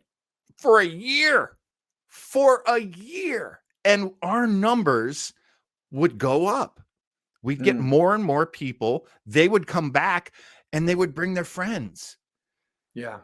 And so, yeah, we had a couple of soft shows near the end there. And then we were like, okay, we got a big blow off show at the end of the year. And that's when we do the hardcore match, first hardcore match and last hardcore match I ever did in my life. Yeah. It was a trailer trash match. And so I brought all of these like just garbage. I just brought all these garbage weapons in. So there are these plates I bought at the Dollar General and like these, like toy golf clubs. And the best was I actually took a toilet seat that was busted off one of our toilets. I cleaned it up. Replaced it with a decent toilet seat. And this toilet seat became one of like the biggest weapons in the show. Oh. It was crazy. And that wasn't even the best part. The best part was after the match. Actually, no, I had to go to the hospital after that match, so I wasn't there. The next show, a fan who's this older guy and his grandson were like, hey, would you sign something for us? And I'm like, yeah, sure. And they brought my toilet seat out. Oh, wow. So I signed it. I guess a bunch of other guys signed it too. So somewhere in this kid's collection is a toilet seat. We all us guys that signed it, we at one point took a shit on this thing. Oh, and I think I said to him, like, I hope you don't sleep with it. You're gonna catch something. You're gonna have some shitty dreams. If you ever get a girl in your room, make sure this isn't like where she just she might not like that. Your wrestling figures will probably be okay with her, but I don't know if she's gonna understand the signed toilet seat. Actually, it'll put the toilet seat in your bed when she comes. That way, when you do get rid of it, the wrestling figures will be just fine because that'll make her tolerate the figures. She'll accept everything else. All your Gundam, all your Pinkos, all your with those big head things. Well, John, man. Oh my gosh, dude. Thank you. Yeah, how much of your time have I taken? No, here? man. We could go on forever, my friend. And but let me just really quick before I switch gears. Well, let's switch gears. When we fast forward to the end of XPW and in 2003, and all the foreseen circumstances that it ended. Now, a few years later, which is, man, we're talking like 13 years ago now, but what would it mean to you when you got the call and the reunion show? We did Cold Day in Hell, XPW Cold Day in Hell. In a way, for you, it was almost like the bucket list. You were a part of XPW, but now now I'm competing, and you also did it. You were one of the guys that paid tribute in the Dynamite D tribute memorial for him and all the fallen stars of XPW Battle Royal. Being a part of that, of course, remember Big Vision Entertainment, major production company that did WSX. They did a ton of stuff, the Ghost Hunter shows, and it was very promising at the time. Unfortunately, the timing couldn't have been worse with the crash of 2008 happened right shortly after that show, because that was a test run for the monthly pay-per-views. Wow. Damn. I didn't even know that. And this was before the streaming Yeah. all the streaming Yeah. stuff. So it was actual pay-per-view. But anyway, what did that mean to you to be a part of that, to pay tribute to D, and again, just to be a part of XPW again and in the ring? Yeah, you totally hit it on the head there. It really, I had a big bucket list in wrestling, and one of the things that had always been a question in my mind was, as I'm going out there as an indie wrestler out here on the West Coast, and I would go out as Stepfather. I would go out as the partner to redheaded stepchild, as the Step family. You see right up, okay, right here. For a while, I was wearing that mask, and I was Mega American. Right. And I was a bad guy in lucha shows, and then I would play Mega American when I would do Central California shows, and so I did a bunch of different things that I really wanted to do. And then I think you remember, like, I was really, really heavy for most of my career.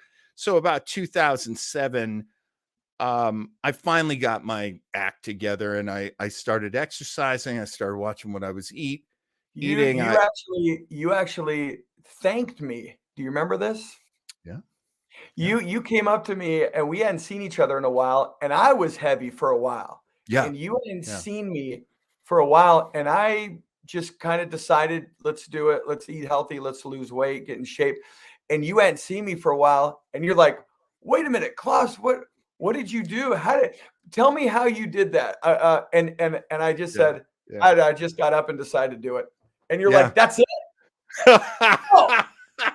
And then you told me, you're like, dude, thank you. That's all I need to hear. Like, yeah, you just do it. But anyway, I remember you said that like a few months later after that GXW, you came up to me. It's like, dude, you know what?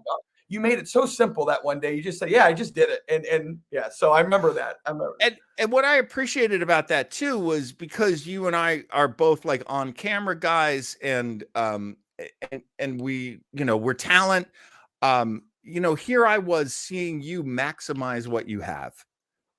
You're a good looking guy. You always had it in you to be a good looking guy. So there you are, like doing the best you can, improving the chassis, improving the vehicle here. And at that point I was in my 40s at that point, and I knew that I had to do something. I had to definitely grab onto myself and get something good going. And so I dropped 85 pounds. Wow. Everybody was super cool to me about it. It happened pretty quickly. And so by the time we got to Cold Day in Hell, I knew how to train. Yeah. I knew how to weightlift. I knew how to, be a bodybuilder. I was looking pretty freaking good at that point. Yeah. Felt really good about that. I wasn't sure. A different guy. I mean, and as you know, the confidence level goes way up, which means your performance goes way up, which means your charisma goes way up. It's just, I think everybody should do it. I'm almost 60 right now.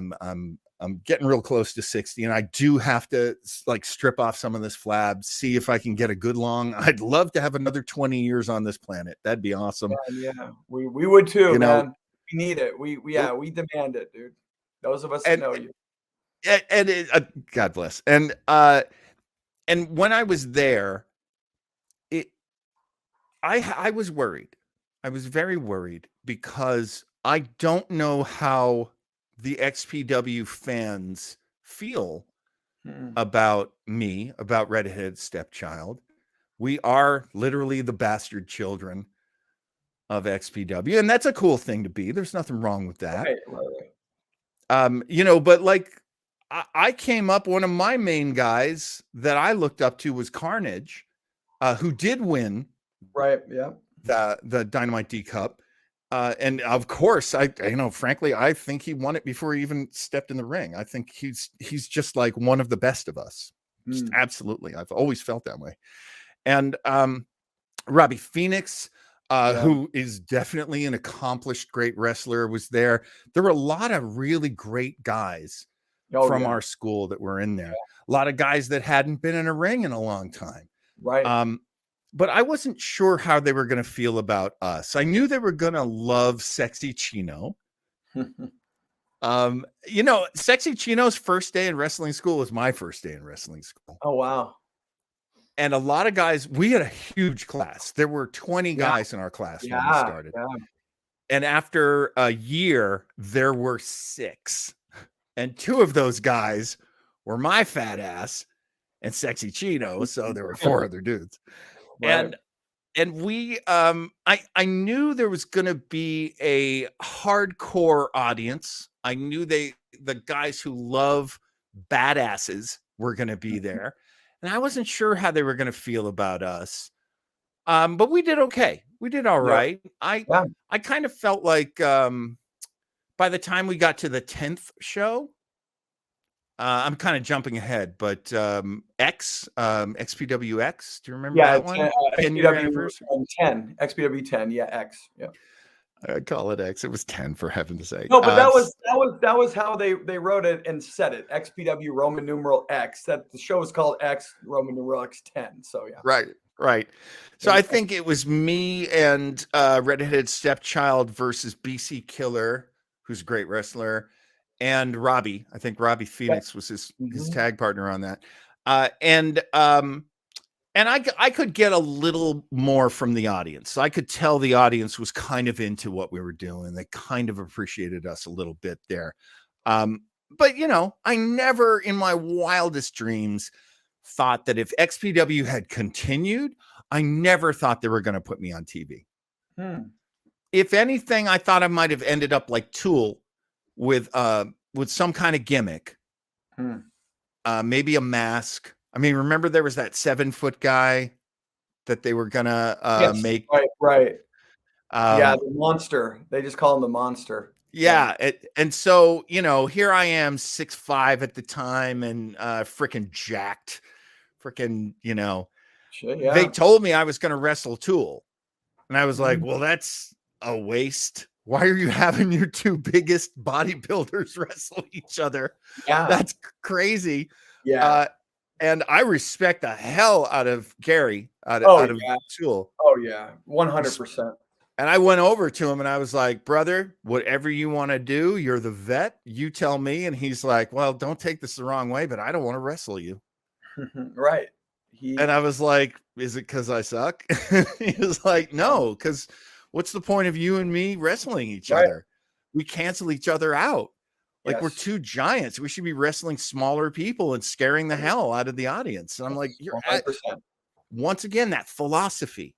Yeah. You know, it's psychology, but it's also that like understanding how people think. Well, that's psychology. Understanding how people feel, understanding what things mean. And I look back on it now and it's like, oh shoot, you know, if I didn't have a tag team partner, maybe I should have tag teamed with Tool. Maybe you should have had these 2 twin towers. But I don't know. That's not necessarily XPW booking, so I don't know how that would have worked. You know, the guys putting the money in are the guys who always make those big decisions, those booking decisions. So yeah, you let them make the decisions. You let them figure out how things go. Yeah. Unfortunately, BC Killer got hurt in our match. Right. Dude got thrown onto the floor, split his head open, pools of blood, rivers of blood. Oh man. Which was awful for those of us who love BC.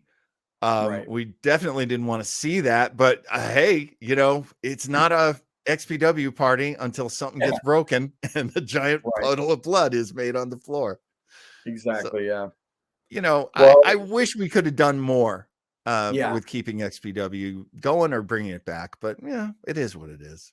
It was great to have everybody back again. And like I said, paying tribute to D and all the guys and just kind of being with them. And we can't say enough about all the guys we lost. But I mean, I'll end with this John, and I really love to hear your perspective on this. I ask this a lot, but what do you think in the scheme, in the overall world of professional wrestling, will be and is and will be the legacy of Extreme Pro Wrestling XPW? I think, yeah, this is a tough one. Notice how quiet I get. That's why I like this part. Yes. Yeah. You know, No, I actually mean that. I like this part too, and no joke, because man, I that's why I asked you. I enjoy hearing what comes out of the mind of the Stepfather John Webb. I appreciate it, man. Yeah. You know, we were wrestling at a very specific time. It's going to sound ridiculous. At a very specific time in human history. And it's when we got to the end of the 90s, there was that fear of the millennium. Yeah. Everybody was afraid of Y2K. Yeah. Careful not to say Y2J. Because there was this rumor going around that computers were not made to flip from the 1990s to the 2000s, and everything was going to go to hell. Yeah. And whether or not that was ever true, I'm not sure it was ever true.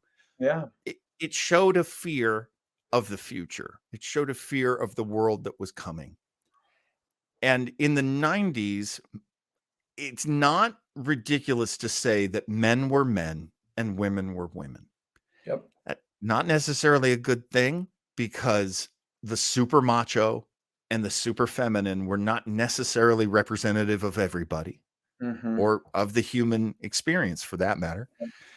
But you know, because I was on the X show, and the X show was the show for men and the women who put up with them. And because ECW was on TNN, which eventually becomes Spike, and that's a man network too. You know, there was this sense of manliness, of toughness, of machismo. Yep. And it was reflected in DX, in WWF, WWE. It was reflected in the NWO. It was reflected by these badasses in ECW who are, I loved my ECW Anarchy video game where Rhino, you know, you're getting ready to wrestle Rhino. He's across from you in the ring, and he goes, "I'm going to beat you, make you paint your nails, and you're going to be my bitch." Now, you can't do that these days. Right. Because that was of a certain time. Yes. And that was the time when XPW broke out like a shark fin out of the surface of the ocean. Like, broke out above everything else, I think. And took all of this sort of metastasized nastiness of men, of women, of drug users, of violent people, of, you know, gangsters and gangbangers, of sluts and bastards and assholes and sons of bitches. All of these terrible, terrible people and terrible, you know, archetypes, all in one show, all represented in one wrestling company. ECW, I think we all give it up to ECW. ECW was the best ECW it could have been. But XPW was a better ECW, frankly. I mean, I really do feel that way. I give it up to Paul Heyman. I think Paul Heyman's a genius. I think he's a great part of wrestling. But let's face it, the guy learned about wrestling at ringside, taking pictures the same way basically Jim Cornette did. Yeah. Like, they're basically from the same place. They didn't come from the place where Rob Black came from, which was being this toxic fan. Interesting. And being this sketchy dude, this really, I hope Rob understands I say that with love and respect. Yes, yeah. But come on, Rob. But it's undeniable. It's undeniable that the man was a villain in a lot of ways. and that's good. That's good because at that time you got Mr. McMahon, the character Mr. McMahon, pretending to be what Rob was. Yeah. This out of control, power mad megalomaniac. Right. And so if you were a fan and you were taking that in, you are so lucky. You are so lucky because you're watching NWO and you're seeing Kevin Nash, pretending to be a gangster rapper. Okay. All right, fine.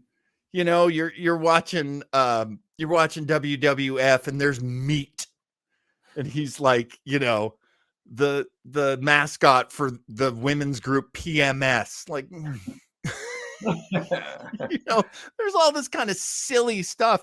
But then you go to an XPW show, man, these people look dangerous as hell. The West Siders, I remember watching them go up against who are the Lucha dudes? Damien 666. Yeah, Mexico's Most Wanted. Halloween Damien 666. Do you remember it was at the sports arena and their female valet, Victoria? Lady Victoria, yep. Lady Victoria. And they power bomb her through a table. Yeah. I think this is before I'd seen the Dudleys doing that on WWF at the time. Right, yeah. And it was the sickest thing I'd ever seen. I was backstage on a headset. I think I was putting people in, we call it gorilla position now, but, I was helping people, get ready for their cues. And I'm listening to Kleinrock, who's like up in, the sports announcer's booth. And I just hear him go like, "Oh my God, is she okay? Is she okay?" Like he had no idea that was going to happen. And I'm on the other headset and I go, "I don't know." Right. How do we know? She's not moving. Yeah. Is she okay? Who's going to get that info to you right now? I mean, it's a legit question. I know. It's just funny though. But I mean, she might as well have been pushed off the top of the Empire State Building onto a table. It was one of the deadliest things you'd ever seen. And the fact that this stuff happened in shows, and that people, that was the same show. I think wasn't that Funk You? Yeah, Go Funk Yourself. Go Funk Yourself. Where so Terry Funk and Sabu are all over the arena, beating the hell out of each other, the holy hell out of each other. It was amazing to see this stuff and to be a part of this stuff. And look, there are dangerous wrestling shows that have gone on all over the world. Yes, I know that. I know. But really, XPW was great at putting it under one tent. Mm-hmm. Putting it on videos that people were buying hand over fist. People were big fans. They were getting, one last thing I want to throw out is the sense of catharsis. When you're an actor, Kris, you're an actor as well. You're taught about the Greek tradition of tragedy and how bloody these Greek plays could be. Mm-hmm. And people would be in the audience screaming, "Oh, I can't believe I'm seeing this. It's so horrible." Because you need to get that out of your system sometimes. Yeah. You need to scream a blood-curdling scream sometimes. You need to have your mind blown sometimes. And you cleanse your soul by doing this. I honestly believe this. Yeah. And so XPW created this theater of violence and blood and guts that, sure, my mom's going to look at that and go, "That's one of the worst things that was ever done." Of course, she's going to feel that way. Yeah. But I'm always going to feel like that's one of the best things that was ever done. Yeah. Because you see people getting this stuff out of their systems and getting this experience that you're never, I'm not going to slow down on the freeway and look at an accident and get my jollies off that. I'm just not going to do that. But I am going to pay for a wrestling ticket to get that. Wow. To see that. I don't want to see a tragedy. I want to see people who voluntarily put themselves into this maelstrom And Lady Victoria was fine, but she is a very tough lady. Yes. And we all backstage wrestlers who've been in this business for 10, 15 years at this point, who have bled, were so happy she was okay. Yeah. So right. proud of her. And she just walked around, let people hug her. Yeah. And again, the catharsis, the love, there's a lot of love under it. It's very weird to say that, but there really is. I know. Realism and love. Yes. In the back. In the back, there's this sense of, there are times when people would say to me, do you think there's like a sitcom in that? And I'm like, I don't know. I mean, I would think so, because I enjoyed at one point, Gurren Tai walks up to Rob Black and they give him a gift. And that's just Japanese, just super I remember polite. that. I remember that. Yeah. He opens it up. It's a set for drinking sake. Yes, right. Yeah. And sake itself, I think, a bottle of sake. Yes. And Rob's like, oh, thank you so much. Thank you so much. And he's bowing and they're bowing to him. And Rob is kind of embarrassed at that point. Like he doesn't know what to say. And freaking Kronus is standing right next to him. He doesn't know what to say. He's kind of embarrassed. He's feeling this real nice feeling. And so he just turns to Kronus and goes, you never gave me anything, you fuck. Yes. Yeah. I think that was at Metal Fest, San Bernardino. I remember that. I remember that, man. And Kronus goes, hey, why are you yelling at me? It's like such a great sitcom moment. Just born out of this very real, moment. And it's actually really good feelings and nice things going on. So what an honor. What an honor to have been part of it. What an honor to have known even that it existed. So. No, I couldn't have said that better. And I don't think anybody has answered that question any better than you just articulated that. Thanks, man. Thank you. No, really, man, that was that's in a nutshell. And you couldn't explain that what you just did briefly. You kind of had to tell a story right there. And thank you for that, man. And man, it's so true. It's so true. Well, John, I thank you.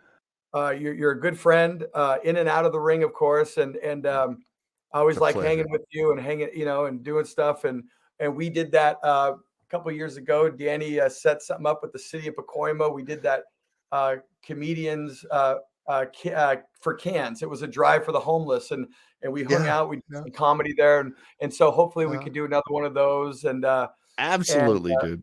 Yeah, and you're welcome back here anytime, my friend. Thank you so much. Before we sign off, anything you want to plug or any shout outs, anybody, anything at all?